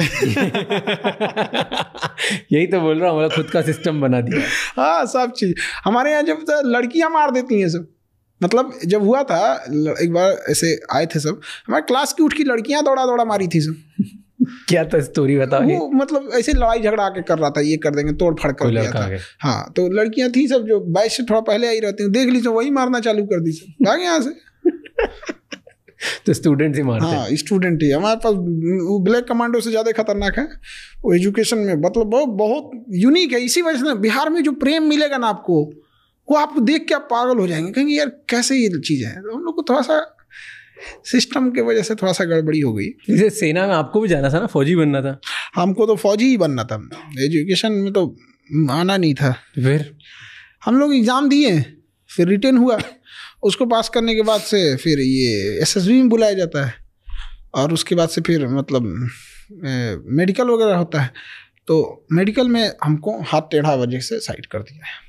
बहुत टेंशन हुआ, क्योंकि फौज में हम लोग को देखिए होता क्या है ना, कि हम लोग जब जिस समय से आए थे तो हम लोग को लगा था कि फौज में जाके जल्दी सेटल भी हो जाएंगे, और घर वाले इतना तो पढ़ने का मौका नहीं देंगे। तो ऐसा लगता था यार बीटेक करेंगे लोग 4 साल फिर पढ़ना पड़ेगा, घर वाले कहाँ से लाएंगे। फौज में क्या है, घुस गए काम खत्म, टेंशन फ्री। तो नहीं बन पाया इंसान। तो फिर अब कभी सपना नहीं आता, कभी देख के लगता नहीं कि यार कभी तो होना था मेरे को फौजी। हम आज अगर मौका मिल जाए आज चले जाए हम, सब चीज़ छोड़ छाड़ के। क्यों ऐसे? दिल लगा चुड़ैल से तो परी किस काम की। बचपन से ही सपना था कि नहीं? बचपन से ही एकदम। मेरा घर कॉलेज के सामने था, तो अक्सर जब भी कोई इलेक्शन होता था या कोई भी गवर्नमेंट का प्रोग्राम होता था, तो फौज जो आती थी, CRPF या कभी मिलिट्री, तो उसी कॉलेज में कैंप करके रुकते थे लोग। तो वहाँ पे उनका खाना बनना, पूरी ट्रक का ट्रक आना, तो बड़ा वो हर 2-3 महीने पे कभी ना कभी कोई कैंप लग जाता था। कभी NCC का कैंप लगता था तो पूरे आते। तो देखते देखते देखते वो आदत हो गई, वो ड्रेस, वो चीज़ें, सब चीज़ बड़ा अच्छा लगने लगा। बस बचपन से देख के अच्छा लगता था। और कोई भी चीज़ हम देखे रहते तो अमूमन उसी चीज़ से लगाव होता है। अब रेगिस्तान के आदमी को क्या लगेगा, समुंदर से लगाव होगा, देखा ही नहीं तो। कई फौजी को देख के जलन होती है कि यार ये वर्दी मेरे पास भी होनी चाहिए थी। अब हमारे स्टूडेंट होते हैं तो उनको हम मिठाई भी खिलाते हैं, और फिर कहते हैं तुम जहाँ हो ना वहाँ हमें जाना था। अब हम जहाँ नहीं जा पाए वहाँ उनको ले जाते हैं। अभी एक नीरज नाम का लड़का था, उसका सिलेक्शन हो गया, वो एयरफोर्स में NDA से पायलट बन गया। तो हम कहे तू खुश नहीं है? तो क्या सर एकदम खुश हैं। टेंशन इस बात की है ना, ऐसा ना हो कि हमको राफेल मिल जाए, हमको चाहिए सुखोई। हम कहे यार देखते तो लोगों का सिलेक्शन नहीं हो रहा है, तुम्हारा सिलेक्शन हो गया, अब तुम इस पे डिपेंड, क्योंकि ना एक बार जो जहाज अलॉट हो गई, जिसके आप एक्सपोर्ट हो गए, उसी को चलाएंगे एकदम, वो वही फ्लीट हो जाती है उनकी। तो इस टाइप, तो अब थोड़ा सा लगता है कि भाई जिनका हम जहाँ जाना चाहते थे वहाँ, लेकिन खुशी होती है कि जब देखते हैं कि दाढ़ी आने से पहले उनके पास गाड़ी आ गई। वाह, तो ये अलग टाइप का लगता है। मैं एक स्टूडेंट था मुकेश नाम का, उसके भैया चाय बेचते हैं कलकत्ता में। उसका जब रिटर्न निकल गया, प्री निकल गया, मेंस निकल गया, जब इंटरव्यू देना था ना, तो क्या बोलता है कि सर मेरे पास अच्छा कपड़ा नहीं है इंटरव्यू में पहनने के लिए, किसी का सूट वगैरह है तो दिला दीजिए ना। वो बच्चा जब अधिकारी बना, उसका अपना घर नहीं रहने के लिए, मिट्टी का घर है, और टेबल नहीं था पढ़ने के लिए ना, तो ऐसे बांस वगैरह जोड़ जाड़ के बनाया। आज वो अधिकारी है, और वो प्रधानमंत्री आवास योजना है ना, वो जिस पे साइन करेगा उसी को घर मिलेगा। हमको आज आके बोला, जानते हैं सर 300 घर बनवाए हम, जिसका अपना घर नहीं था। तो लगता है कि आदमी कमाया है। ये चीज़ें बड़ा अच्छी लगती है। हकीकत मायने में हमको पढ़ाने में कोई इंटरेस्ट नहीं है, लेकिन पढ़ाते बस हम इसीलिए हैं कि जो गरीब बच्चा है वो पढ़ सके। दूसरा, जो कमज़ोर बच्चे, उन्हें ये ना लगने लगे कि बच्चा वो नहीं पढ़ सकते, उन्हें हम एक हिम्मत देना था। आज भी जो बैक बेंचर होता है ना, इंडिया के किसी बैक बेंचर से हम यही कहते हैं, उसको एक आखिरी उम्मीद रहता है, खान सर है तो हमको क्या टेंशन। हम बैक बेंचर जो बैठे रहते हैं उनको एकदम टेंशन नहीं, उनको लगता है कि उनका ब्रांड एम्बेसडर है। हमारे आज भी हैंडीकेप को पैसा नहीं लगता है। कोई हैंडीकेप आ जाए पढ़ ले, उसका कोई पैसा नहीं लगता है अभी भी। और पैसे मतलब इतना मिनिमम फीस रख दिए हैं कि अब तो किसी को कहना ही नहीं पड़ता है कि मतलब फीस कम कर दीजिए। अब जहाँ 2 लाख रुपया लगता था नीट और जेई का, वहाँ हम लोग ऑनलाइन उसको 2-3 हज़ार में दे देते हैं, और ऑफलाइन आके पढ़ना रहता है तो उसको मान के चले मंथ का 2,000-2,500 लगेगा। तो जहाँ 2 लाख वहाँ से इतना, तो बहुत का डिफरेंस आ जाता है।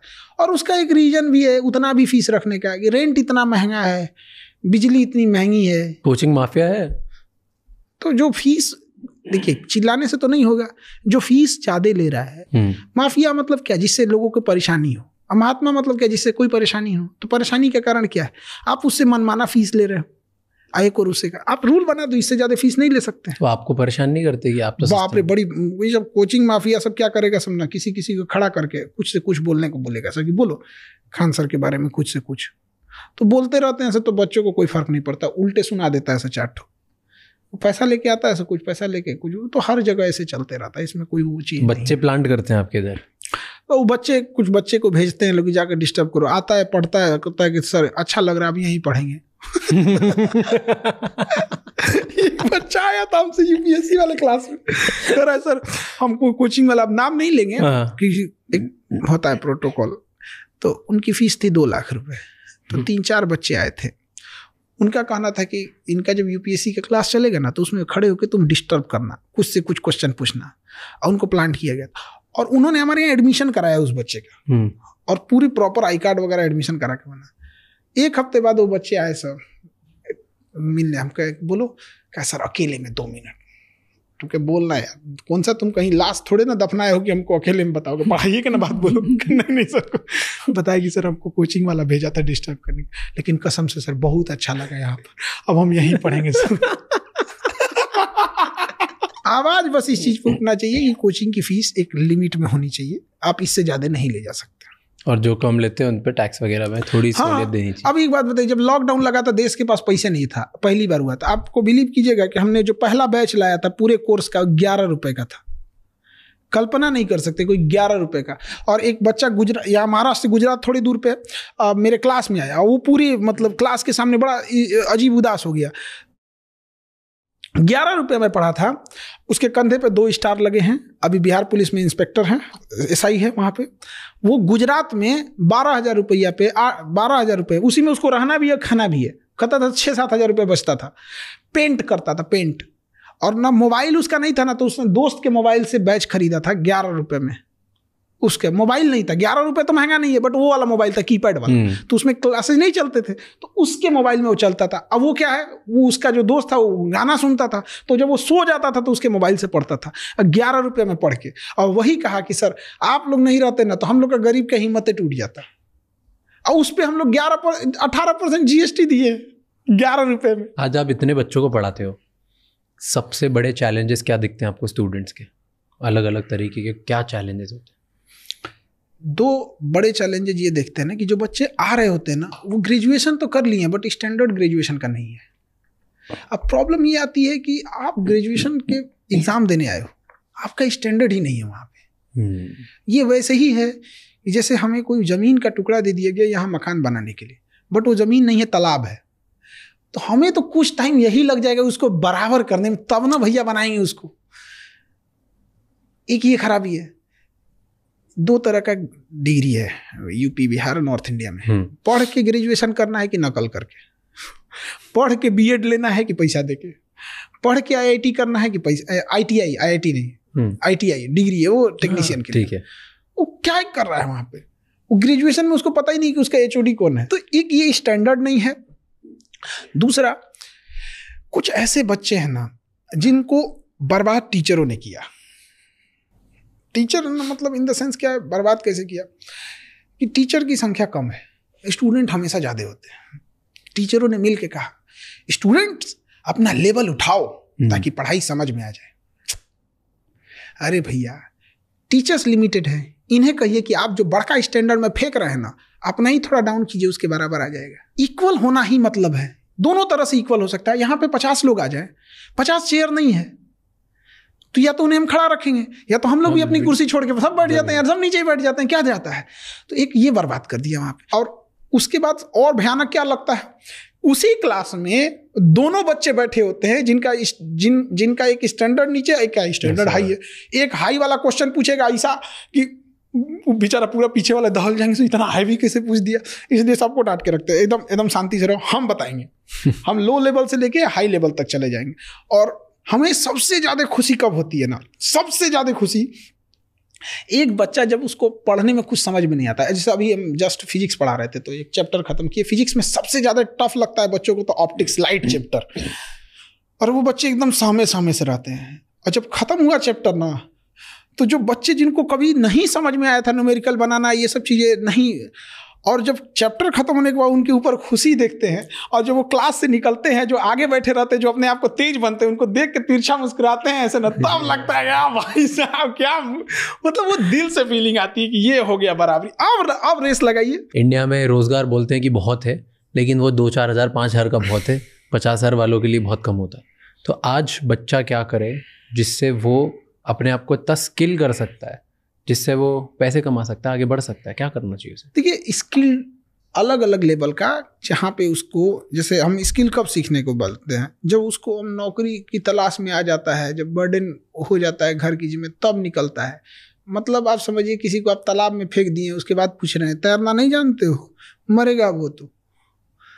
आखिर उस इंसान को कमाना है, कहीं ना कहीं अपने पैरों पे खड़ा होना है, तो उसको टेंथ से ही कुछ कुछ चीज़ें, इंटरमीडिएट से ही कुछ कुछ सिखाते चले ताकि ग्रेजुएशन ख़त्म होते होते वो उस लेवल तक हो सके, कम से कम अपना निकाल सके, फिर आगे बढ़े गया। हम लोग कब करते हैं? जब ग्रेजुएशन ख़त्म हो जाता है तब।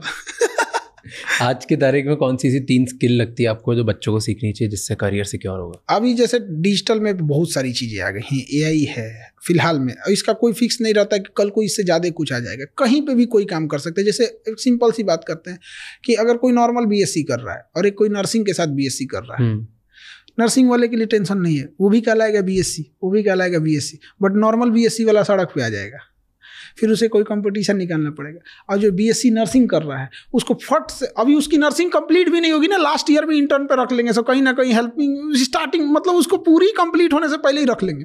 फिर वो ना स्टार्टिंग में ही अगर 2 साल भी कंप्लीट कर लिया ना, तो अपना हॉस्टल और मेस का खर्चा निकाल लेगा, धीरे धीरे कोई हॉस्पिटल पकड़ लेगा। बट प्रॉब्लम कहाँ आती है? नर्सिंग की फीस कितनी है? 7-8 लाख। और एक्चुअल में ये फीस 7-8 लाख रहती तो समझ में आ देती, उसकी 7-8 लाख रुपए फीस नहीं है, सरकार छूट दे दिया है, जितना लेना है ले लो आप। क्यों? क्योंकि नर्सिंग कॉलेजेस कम है। क्या मरीज कम है? नहीं। अब फ्यूचर में अब इतना बड़ा काम कर लिया आपने, इतने लोगों को पढ़ा रहे हो, अब क्या करोगे आगे? देखिए, हम तो पढ़ा रहे हैं मजबूरी में, क्योंकि गरीब पढ़ सके और हिम्मत हो सके। मेरा इंटरेस्ट इसमें नहीं है, इंटरेस्ट मेरा फौज में था। इच्छा क्या है हमारी कि हम वो भारत देखना चाहते हैं ना, कि जहाँ पुराने से धोती कुर्ता में पहना हुआ एक किसान शीशे का दरवाजा खोल के कहे कि ये 4 व्हीलर कितने का है। एक पहचान होनी चाहिए कि ये बड़का गड़िया किसान लेके घूमता है। आज कैसे है कि नेता सब फॉर्च्यूनर लेके घूम रहा है, लैंड रोवर लेके घूम रहा है, उसे किसानों की एक पहचान होनी चाहिए, बैलगाड़ी से हटना चाहिए उनको। कैसे होगा? एक किसानों के पास उन्नत किस्म की फसल नहीं है, उनके पास बीज नहीं है हाई यील्ड वेराइटी का, वो उनको प्रोवाइड कराइए।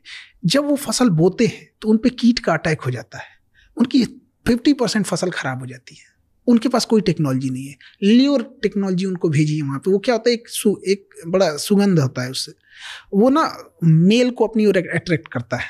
उसकी वो दवा होती है, उसकी सुगंध फीमेल कीट की तरह होती है, तो उसको ना सारे मेल उसी को समझ के ना आ जाते हैं एक पास, और उसको एक बड़े से प्लेट में ऐसे रख दीजिए, उसमें हल्का सा केमिकल डाल के उस पर जैसे बैठेगा डूब जाएगा, पानी में डूब जाएगा वो।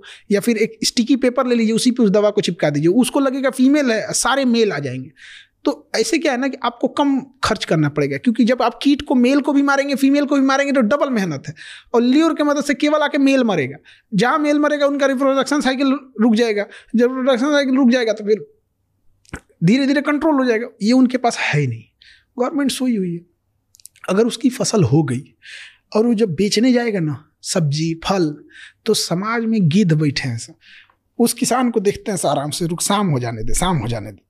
तुम 20 रुपया में ना बेच रहा है, तुम 10 रुपया में नहीं बेच के जाएगा तो तुम बताना। इतना अफसोस लगता है ना, क्योंकि वापस लाएगा तो उसको 10 रुपया भी नहीं मिलेगा। क्या गांव में एक कोल्ड स्टोर नहीं हो सकता है? तो आप क्या कर रहे हो इसके लिए? अभी हम इसमें, हम कोई काम करने से पहले बड़ी गहन अध्ययन करना पड़ता है। तो यही करना है तो हमको एक चीज़ देखना है, जैसे आज स्टूडेंट के लिए तो जिंदगी भर करते रहेंगे, इनके लिए नो डाउट। हमको वो देखना है किसानों के लिए, कभी उनका भी एक ऐसा क्लास ले बैठा के ऐसा करना है, और उनको एक टारगेट दें कि देखो भैया तुमको 2 साल का टाइम देते हैं, 2 साल तक के बाद तुमको हम 4 व्हीलर पे देखेंगे, हमको उससे मतलब नहीं है तुम कैसे लाओगे, हम जान निकाल लेंगे काम करा के। जैसे स्टूडेंट को कैसे, मतलब उनको तो मानते हैं, पढ़ाते हैं, लेकिन जिनसे हम टारगेट जो दिए वो करवा देते हैं। तो किसानों को भी ये थोड़ा एज में बड़े रहते हैं लोग, दादा एज के किसान लोग, लेकिन काम तो करा लेंगे हमको। तो हम अभी इसी चीज़ों पे करना है कि भाई कैसे हो गया। तो क्लास स्टार्ट करोगे किसानों के लिए? यही सोचते हैं, लेकिन उनके लिए एरिया बड़ा चाहिए क्योंकि आप ऑन प्रैक्टिकल उसको तो दिखा नहीं सकते। एरिया बड़ा चाहिए, गवर्नमेंट से मांग नहीं सकते हैं क्योंकि गवर्नमेंट देगी नहीं। गवर्नमेंट हेल्प करेगी तो अगर कभी नहीं लेना चाहिए आपको। एक गवर्नमेंट हेल्प करेगी, अगली गवर्नमेंट उजाड़ के चली जाएगी। खुद खड़े हो जाओ, पॉलिटिक्स में जाओ, पॉलिसी चेंज करो। खड़े झूठ बोलना पड़ता है उसमें, हम लोग से होगा नहीं। टीचर से तो और ना होगा, क्योंकि हम लोग को आदत होती है मिक्स भाषा नहीं बोलते हैं। भैया ये होगा तो होगा, नहीं होगा तो नहीं होगा। बच्चों को खड़ा बोल देते हैं भाई इतना ऐसा मेहनत करेगा तो तुम्हारा रिजल्ट नहीं होगा, तुम्हें और करना पड़ेगा। खड़ा बोल देते हैं भाई, उसे खराब लगेगा बट करेगा तो मेहनत, इसलिए पॉलिटिक्स नहीं हो पाएगा। बड़ी मुश्किल है, हम जैसे लोगों के लिए मुश्किल है। लोग भी हम जैसे लोगों को नहीं पसंद करते हैं। उनको वही नेता चाहिए जो उनको अच्छा अच्छा बात बोले, भाषण दे, उल्टा सीधा कुछ से कुछ बोले। एक नेता तो कह रहा था 2 महीना में एयरपोर्ट चालू कर देंगे। हम कह रहे भाई साहब 2 महीना में तुम साइकिल स्टैंड नहीं बना पाएगा, एयरपोर्ट कहाँ से बना रहा है? हिम्मत देखिए उसका, कह रहा 2 महीना में चालू कर देंगे हम। और 1 साल बीत गया। पिछला इलेक्शन 2024 का था ना, उसमें बोल रहा था हमारे यहाँ छपरा एक डिस्ट्रिक्ट है, सारा डिस्ट्रिक्ट, वहाँ एक एयरपोर्ट उसमें भैंस घूमती है छोटा सा। उसमें पुलिस की ट्रेनिंग सेंटर है वहाँ पे। एक भागलपुर में भी, उसमें भी ऐसे, वो अंग्रेजों के टाइम से बनाए। उसको हर इलेक्शन में कोई पॉलिटिशियन आएगा, क्या कहेगा, इसे हम इंटरनेशनल एयरपोर्ट बनाएंगे। एयरपोर्ट डोमेस्टिक भी नहीं, डोमेस्टिक मतलब छोटा मोटा बात थोड़ी होता है यहाँ पे। डोमेस्टिक मतलब क्या होता है? अभी ना भैंस घूम रही है, इस पे एमिरेट्स एयरलाइन उतर रही है, एयरबस A380। इनको छोड़ दीजिएगा ना तो कहेगा कि सुनीता विलियम फंस गई थी, इसी पे उतार देंगे। आप KBC गए थे? हाँ।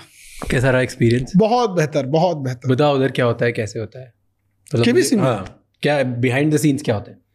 बिहाइंड द सीन में कुछ खास नहीं होता है। जैसे बुलाते हैं हमको फोन, पहले बुलाया जाता है तो 2 चीजें होती है। एक होती है कि आपको कैसे मतलब बैठना उठना है, क्योंकि वहां जाके आप माइक को सीधा करने लगे तो नहीं ना होगा यहाँ पे। और बताया जाता है कि क्वेश्चन को सुनने देना है, पहले पूरा प्रॉपर क्वेश्चन सुन लीजिएगा। वो हिंदी में भी बोलेंगे, इंग्लिश में भी बोलेंगे, तो वहां पर प्रॉपर आपको बता दिया जाता है कि इंग्लिश हिंदी दोनों में आपको क्वेश्चन क्या पूछेंगे ये किसी को नहीं पता होता है। और ये बहुत गलत मिथ है, कभी किसी को नहीं। और भी कौन बनेगा करोड़पति में, इतना बड़े लेवल में चीज इतना धांधली नहीं होती है। तो बस आपको कुर्सी उर्सी दिखा देंगे 5 मिनट का, और वो नियम कानून समझा देंगे कि कब ब्रेक लिया जाएगा, तो आपको शांत रहना है कि ब्रेक के बीच में आप चाय पानी पी सकते हैं। उसके बाद से फिर वो एक ठो बस में बैठा देता है, लोग वेनिटी बहन बोला जाता है उसको, बस में बैठा देगा। और उसमें शीशा, कंघी, तेल, सब चीज रहता है वहाँ पे। अच्छा, झाल मुड़ी कैसे बेचते हैं लोग ट्रेन वगैरह में, चना ये सब। वैसे मेकअप वाला सामान लेके आया था एक तो सर लगा दे, हमके ना भैया ये सब मत लगाओ, हमको और खराब लगने लगेंगे। तो जिसको लगाना है वो लगा लिया अपना यहाँ पे। और उसके बाद से फिर नॉर्मल सा वो शर्ट पहन के आए, तो कहे कि सर ये तो शर्ट ठीक नहीं है आपका। कौन बनेगा करोड़पति में कोई आता है तो बड़ा सोच समझ के आता है कि मैं यहाँ जा रहा हूँ, ऐसा कपड़ा पहनूंगा वैसे। हाँ, बात उनका भी सही था। हम क्लास लिए और रक्षाबंधन था, राखी बंधवाएं, और शाम 6 बजते बजते राखी कंप्लीट हुआ, और रात 9 बजे की फ्लाइट पकड़ के मुंबई आ गए। अगले दिन शूट हो गया। तो हम तो जल्दबाजी में आए थे। हम क्या यार, जो कपड़ा है इसी पे खींच दो ना यार, कौन मार हमको शकल देख के यहाँ बुलाया। शकल देख के बुलाना रहता तो कभी ना बुलाता। उन लोग को तो यहाँ खुद हीरो हीरोइन की कमी है थोड़ी। फिर वैनिटी वैन में रहते हैं, फिर अमिताभ बच्चन साहब आते हैं। वैनिटी वैन में आते हैं? नहीं, वैन में नहीं, उनका वो पीछे एक स्टूडियो रहता है पर्दे के पीछे, तो वहाँ वो 2 मिनट के लिए सबसे मिलते हैं कि आज हम लोग का वो शो है तो चलते हैं हम लोग। फिर बैठते हैं, क्वेश्चन चालू हो जाता है। हम लोग के लिए बहुत नया क्या था ना कि वो जिस स्टेज पे बैठते हैं ना उसके भी नीचे लाइट लगी होती है, और वो लाइट एक जगह वो ऐसे घूमते रहती है, ऐसे ऐसे ऐसे, सामने भी ऐसे ऐसे घूमते रहता है, और इधर से म्यूजिक निकलते रहता है, और सामने क्वेश्चन है। और क्वेश्चन पूछने वाला कौन है? अमिताभ बच्चन। एक रेस्पेक्ट की फीलिंग आती है कि हम तो देखते रह गए उनको, कोई क्वेश्चन बाद में जाएंगे हम देखेंगे बाप रे बाप। क्योंकि एक बार हमको याद है कि उनकी एक फिल्म देखने गए थे, मर्द, तो हम लोग के घर टीवी नहीं थी, तो दूर गए थे लोग देखने के लिए, तो रात हो गया था आने के लिए। तो जब लौट के आए ना, तो घर दरवाजे पे सब लोग इंतजार कर रहे थे अपना अपना सामान लेके पीटने के लिए। कोई झाड़ू, कोई चप्पल, जिसको जो मिला धो दिया। मेरी बुआ मजाक करने के लिए पूछी, और जाएगा फिल्म देखने? और जाएगा? अब मजा आ रहा है ना, पिटाया है ना? तो हमको गुस्सा लगा। हम कहें मर्द को दर्द नहीं होता है, पीर पिटाए। उन्हीं का फिल्म था ना, मर्द भी पीर पिटाए थे। तो अमिताभ बच्चन थे सामने, तो लगता है भाई कौन है। और हमको सबसे बड़ा क्या डर लग रहा था, हम हैं टीचर, और सबसे ज्यादा अगर कोई किसी का टांग खींचता है ना, तो एक टीचर दूसरे टीचर का टांग खींचता है। ये सबसे ऊटपटांग चीज है। देखिए, कभी किसी टीचर का यूनियन आप नहीं देखिएगा, उसको सबसे ज्यादा टांग खींचेगा, एक दूसरे की बुराई। उसको क्या आता है, अरे भाई पढ़ाना यार। एक टीचर को क्या होना चाहिए कि आप कितने कम फीस में पढ़ाए, बात इस पे होनी चाहिए। कितना बेहतर ढंग से समझाए, बात इस पे होनी चाहिए। आपका क्वेश्चन कितना एग्जाम में होना चाहिए, आ गया खत्म। 3 चीज के बाद आपको क्या मतलब बनता है। तो हम गए, हमको इस बात का टेंशन था कि अगर एक को क्वेश्चन छूटा तो हमारे ही लोग, टीचिंग के लोग क्लास में कहेंगे एक मास्टर गए थे केबीसी में। और हमको डर किस बात का था कि फिल्म से क्वेश्चन ना पूछ दें, क्योंकि हमें फिल्म के बारे में कोई आइडिया नहीं है। बहुत उटपटांग यहाँ पे। तो वहाँ पे तो हम बैठे थे, फिल्म सिटी में तो खाली इधर ही उधर रहते हैं लोग यहाँ पे। तो एक कोई लेडीज थी, तो हमसे पूछने लगी कि सर ये ऐसे, हल्का बातचीत हो गया। तो हम पूछे आप क्या करती हैं, तो हमारे टीम वाला एक बोला क्या करते हैं, वो हीरोइन है। वो हम कहे यार तो गड़बड़ हो गया, हमको क्या पता यार, हम फिल्म नहीं देखते हैं। हमको बहुत खराब लगा, सॉरी मैडम। कौन थे? आपको हीरोइन थी। अच्छा। अब फिल्म सिटी में तो खाली हीरोइन ही रहते हैं, उसमें बाकी लोग रहता कौन है। हम नहीं देखते हैं फिल्म। हमको ना मोबाइल और हीरोइन एक के जैसा लगती है सब। अब तो मोबाइल सब एक ही डिजाइन का आ गया है, कोई चेंजिंग ही नहीं रह गया। पहले बटन वाला था तो समझ में आता था, ये दूसरा मोबाइल, ये दूसरा मोबाइल है, एक ही जैसा लगता है। तो फिर वही डर इसी बात का था कि फिल्म से क्वेश्चन ना पूछ दे। तो फिल्म से नहीं आया, दड़दड़ा दिए बाकी सब। पढ़ने से आप करोड़पति बन गए रियल लाइफ में? रियल लाइफ में मतलब पैसे से? हाँ। देखिए, अमीर इंसान का हम एक परिभाषा बताते हैं, जिसके बगल में बैठे गरीब को एहसास ना हो कि वो गरीब है। हमारे बगल में कि गरीब को कोई दिक्कत नहीं हो गया कभी भी कोई चीज। अब थोड़ा सा भीड़ भाड़ इतना हो जाता है ना, हम तो खुद चाहते हैं, हमको सबसे अच्छी लगती है मोटरसाइकिल। कहीं भी घुस जाओ, ना जाम में फंसना, ना किसी गली में। बट होता क्या ना कि अभी मोटरसाइकिल से जाएंगे तो कोई रोक लेगा, सर मेरा बेटा इंटर किया है, इसको क्या कराना चाहिए, इनको क्या कराना चाहिए। हम क्या बोलते बोलते फंस जाएंगे। मेरा एक बार फ्लाइट छूट गई थी इसी चक्कर में। भगा कर धकेलते नहीं भाग सकते आप। तो सर ये क्या करे, 10th में कई लोग तो पूछने लगे, मेरा बेटा अभी 5 में। हम कह रहे यार उसको तो 5 में है, तो अभी से क्या उसको डिस्टर्ब करे, अभी तो उसकी खेलने कूदने की उम्र है, अभी तो स्कूल में जा रहा है, उसको उतना 5 घंटा 6 घंटा उसको रहने दीजिए यहाँ पे। तो थोड़ा सा हो जाता है। आप कपिल शर्मा में भी गए थे? हाँ। वहाँ का एक्सपीरियंस कैसा था? वो भी बहुत बड़े। कपिल शर्मा ना रियली मतलब वो ना कॉमेडियन टाइप के हाई हैं, उनके बातें में ही हंसी आती रहती मतलब 10 मिनट बात भी करेंगे तो बहुत हंसी आएगी। तो वो मिले फिर आपसे बिफोर शूट के? पहले मिलते हैं बाद में मिलते हैं, क्या था उधर एक्सपीरियंस कैसा था? हम शूट से पहले हमको लगता है 1-8 मिनट के लिए सब लोग मिलते हैं, ज्यादा के लिए नहीं, बस वो गेट टुगेदर के लिए, नमस्ते हाय हेलो कैसे हो गया। लेकिन अमिताभ बच्चन को हम देख के ना, मतलब इंसान अपनी सफलता के मतलब मतलब दादा साहब फाल्के के बाद कोई फिल्म इंडस्ट्री में है तो वही है। इतना वहाँ पे वो जो झुक के सबको नमस्ते प्रणाम करना, ऐसे करना, क्या इंसान। ये बहुत बड़ी चीज होती है। यहाँ कोई 2-4 पैसा कमा लेता है तो अकड़ में उठता है। हमारा बोलेरो खरीद लेगा तो पूरे भर गाँव नचाएगा बोलेरो, वो EMI पे। अब आप भी आज इतना बढ़िया काम कर रहे हो, इतने बच्चे आपको देखते हैं, इंस्पिरेशन मांगते हैं, और बहुत आपने अचीव किया लाइफ। आपको कोई कैसे याद रखे? हम बस ये चाहते हैं कि एक कोई असहाय, जैसे अभी स्टूडेंट्स की बात करते हैं, किसान और स्टूडेंट्स, हमको ऐसा लगता है कि उनको जब मुसीबत पड़े ना, तो आज भी वो याद रखते हैं ना कि अगर हमारी पढ़ाई छूट रही है ना, तो एक इंसान है जो हमारी पढ़ाई नहीं छूटने देगा। अभी एक खुशबू नाम की लड़की थी, हम आपको अभी 3 दिन पहले की बात बताते हैं। वो 10th एग्जाम में, वो एक ऐसे गांव में नदी के उस पार रहती थी, तो जाने के लिए पुल भी नहीं था, तो नाव से जाना पड़ता था। बाढ़ आ जाएगी तो नाव से भी नहीं जा सकते, उधर एक भी हॉस्पिटल भी नहीं है, बीमार पड़ गए तो रात भर इंतजार करो नहीं तो मर जाओ। और वो 10th में जब 10th का एग्जाम दे रही थी, तो अपने मम्मी से कही थी कि हमको इंटर में साइंस रखना है, सो दैट कि हम डॉक्टर बन सके। तो उसकी मम्मी ने कहा कि साइंस में तो ज़्यादा पैसा लगेगा, तो बेचारी जिद करने लगी। तो कही ठीक है, तुम्हारा 400 नंबर आएगा ना, तब हम तुमको साइंस दिलाएंगे। उस लड़की का 399 आया। 399। हद देखिए, उसके घर वालों ने उसे साइंस नहीं लेने दिया। उसका डॉक्टर बनने का सपना तोड़ दिया गया और उस लड़की को आर्ट्स दिला दिया गया। वो हिस्ट्री ज्योग्राफी पॉलिटी ले ली, उसके लिए पढ़ाई बोझ हो गया, रोने लगी। 1 साल तक उसकी पढ़ाई बोझ हो गई। एक मीडिया वाला उसके घर गया तो उसने कहे कि खान सर को मेरी बात बस ये पहुंचा दीजिएगा कि मेरा सपना है, हम क्या बनना चाहते हैं, कि हम साइंस लेना चाहते हैं, डॉक्टर बनना चाहते हैं। हमारे पास किसी ने भेज दिया डायरेक्ट, हमारे पास हमारी टीम ने हमको भेजा। हम कहे कि लड़की चाहे जहाँ भी रहती होगी पता करो, इसको लेके आओ यहाँ पे। वो आई। अब वो दोबारा 1 साल जो 11th कर लिए ना वो कैंसिल।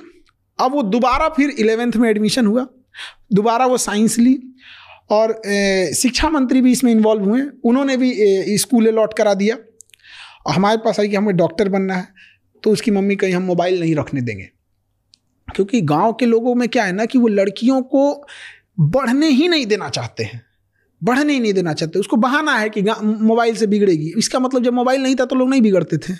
अरे गधा कहीं का। लेकिन क्या करेगी उसकी माँ, उनकी माता जी समाज को देख के कर रही है ना, कौन माँ नहीं चाहेगी मेरी डॉक्टर बने। हम कहे तो बड़ा दुविधा है, करेगी पढ़ेगी तब रखने देंगे, नहीं तो नहीं रखने देंगे। तो भाई उसमें क्या, आप दिन भर तो मोबाइल में नहीं देखते रहेंगे, अब हम क्या करें। तो हम उसको कहेंगे एक काम करो तुम लैपटॉप लो। तो कहेगी मेरे भाई के पास मोबाइल है लेकिन हमारे पास नहीं है, भाई ऑनलाइन क्लास करता है, उसका भाई मेरे से ऑनलाइन क्लास करता है। तो हम कहे ठीक है, अब तुम्हारा भाई लैपटॉप, तुम्हारे पास लैपटॉप रहेगा। तो कह रही कि भैया को बोल दीजिए कि ऐसा ना हो कि फिर बदल ले कि लैपटॉप मोबाइल हमें दे दोगे, बदलोगे तो। अब वो लड़की दोबारा पढ़ रही। वो लड़की चाहती तो किसी को बुला सकती थी कि मेरा वीडियो आप मोदी जी तक पहुंचा दीजिए, मेरा वीडियो। हजारों लोग टीचर हैं, किसी तक जा सकती हो। किसको बोली थी? खान सर। और कहीं वो गरीबों को पढ़ाना चाहते हैं, गरीब इंसान को। आज वो पढ़ेगी और उसको शर्त रखे है कि तुमसे इलाज कराने हम आएंगे, अब फीस नहीं देंगे। क्योंकि उसके लैपटॉप में हमने सारे क्लास डाल दिए, नीट के 11th NEET, 12th NEET, dropper NEET, जिसमें अच्छा लगे उसको वो सारे क्लास उसको ले दिए। और उसको हमने एक्सेसिबिलिटी 24/7 की एक्सेसिबिलिटी दे दी है कि उसको जब चाहे जो बात है आके कह सकती है, टेस्ट दे सकती है, उसे कोई नहीं रोकने वाला है यहाँ पे। अच्छा लगता है। अब जब ये डॉक्टर बनेंगे लोग तो आपको क्या लगता है किसी मरीज से ये क्या कहेंगे कि तुम ब्लड जांच करा के आओ, आधा कमीशन मेरा। ऐसा कहीं नहीं होगा। ये चीज अच्छा लगता है कि लोग इस वजह से याद करें। हमें जानने के लिए सब जानते हैं, लेकिन उम्मीद की नजर से कोई देखता है तो गरीब लोग देखते हैं। आज भी पटना में जो लोग आते हैं तो हॉस्पिटल में कहीं पे जब ब्लड नहीं मिलता है ना, तो हॉस्पिटल वाला चुपचाप बोलता है कि चल जाओ खान सर के पास, वो ब्लड दिला देंगे। और हम सैल्यूट करते हैं ऐसे गार्जियन को जिनके बच्चों को हम पढ़ाते हैं, क्या संस्कार सिखा के भेजा। हम बोलते हैं कि बाबू ये आदमी है, इन्हें ब्लड चाहिए। अभी 2 दिन पहले 1 साल 2 साल की किसी की बेटी थी, उसका ऑपरेशन होना था, तो वो निगेटिव ब्लड चाहिए। निगेटिव बड़ा मुश्किल से मिलता है, किसी के पास है, कोई ना कोई उसमें मिल जाएगा, क्योंकि हजारों बच्चे होते हैं। और दिखा देंगे ना, हम उसे जान रहे हैं ना वो उसे जान रहा है। मेरे कहने पर उस बच्चे की माँ बाप को हम कहते हैं कभी इनके माँ बाप मिले तो हम दंडवत प्रणाम करें जमीन पे लेट के, भाई क्या संस्कार सिखाए। आज मतलब कि दुनिया में कोई किसी को ब्लड नहीं देता है, मेरे कहने पर वो जाके उसको ब्लड दे जाते हैं। तो ये चीज़ बहुत अच्छा लगता है कि क्या ही बताया जाए, ना हम जान रहे हैं ना कुछ, गजब लगता है। एक बहुत बूढ़े आदमी थे वहाँ पे, उनका मतलब 7-8 यूनिट ब्लड चाहिए था, कहाँ से लाएंगे। तो उनको जब दिलाए तो एकदम बूढ़े थे, झुक नहीं पा रहे थे, तो झुके अब लगे मतलब पैर पकड़ने के। हम कह अरे महाराज हमको नरक में भेजिएगा आप, यहाँ पे मेरा फर्ज बनता है, यहाँ हम लोग हैं, यहाँ जरूरत ना पड़े किसी को हॉस्पिटल में। लेकिन ऐसा भी नहीं है। इसीलिए कहते हैं कि आप बिहार आइएगा ना तो बिहार से आपको प्रेम हो जाएगा एकदम। वो जमीन का टुकड़ा नहीं, एक लगाव है। बुद्ध की धरती है, हमें युद्ध से पहले बुद्ध सिखाया गया, लेकिन परिस्थितियों ने ऐसा हमें तोड़ दिया, सिस्टम ने ऐसा हमें निचोड़ दिया, किसी ने हमारी सुनवाई ही नहीं की कि हमने बुद्ध छोड़ के युद्ध अपनाना पड़ा। चलो perfect sir, thank you so much. Thank you, बहुत अच्छा लगा आपसे बात करके। हाँ बहुत अच्छा लगा, बहुत ज़्यादा देर बात कर ली हम लोग। तो बढ़िया है ना, आपका फर्स्ट पॉडकास्ट था, यादगार रहना चाहिए। वही हम कह रहे थे, बड़ा मतलब स्पेसियस लग रहा है ये, बड़ा मतलब वो कंफर्टेबल टाइप का लग रहा है। सर कैसे हो सर आप? बढ़िया, बहुत बढ़िया सर, बहुत अच्छा लगा आपको देख के। आई थिंक ये मेरा फर्स्ट पॉडकास्ट होगा। क्या बात कर रहे हो? अरे सर अब प्रेशर डाल दिया आपने मुझ पे। और हमारा तो अपना YouTube चैनल के लिए कोई एडिटर ही नहीं, हम खुद ही एडिट मार के कर देते हैं। सच में? आज भी खुद ही निकालते डाल। हम लोग की वीडियो में रहता क्या, जय हिंद बोलेंगे, सारा बात बताएंगे, अगले क्लास में मिलेंगे, जय हिंद, खत्म। उसमें एडिट क्या करना है? इंटरनेट का पेनिट्रेशन हर जगह है, लोग हर चीज देख रहे हैं। पाकिस्तान वाले वो सब इंटरनेट पे किस चीज पे आ गए हैं सब? वो क्या सर्च करके पाकिस्तान वाले आगे गए सब इंटरनेट पे, सबको पता है। वो गधों को इंटरनेट दिया गया, पढ़ाई लिखाई सर्च कर, तो सर्च करेगा तो कुछ और। थैंक यू सो मच ये एपिसोड एंड तक देखने के लिए। अब आपको 3 चीजें करनी है। सबसे पहले इस चैनल को सब्सक्राइब कर लो, क्योंकि जितना आप सब्सक्राइब करोगे उतने ही बेहतर और वैल्यूएबल गेस्ट हम ला पाएंगे आपके लिए। नंबर 2, मुझे कमेंट्स में बताओ इस एपिसोड में आपको क्या अच्छा लगा और क्या गंदा लगा, ताकि हम वो मिस्टेक्स रिपीट ना कर पाए। एंड कौन से ऐसे गेस्ट हैं जो आप देखना चाहते हो वापस हमारे पॉडकास्ट पे, ताकि हम उन्हें लेके आएँ और आपको ज़्यादा से ज़्यादा वैल्यू दे पाएँ। एंड नंबर 3, ये एपिसोड किसी एक इंसान के साथ ज़रूर शेयर करना, क्योंकि one conversation can change someone's life. I'll see you next time. Until then, keep figuring out.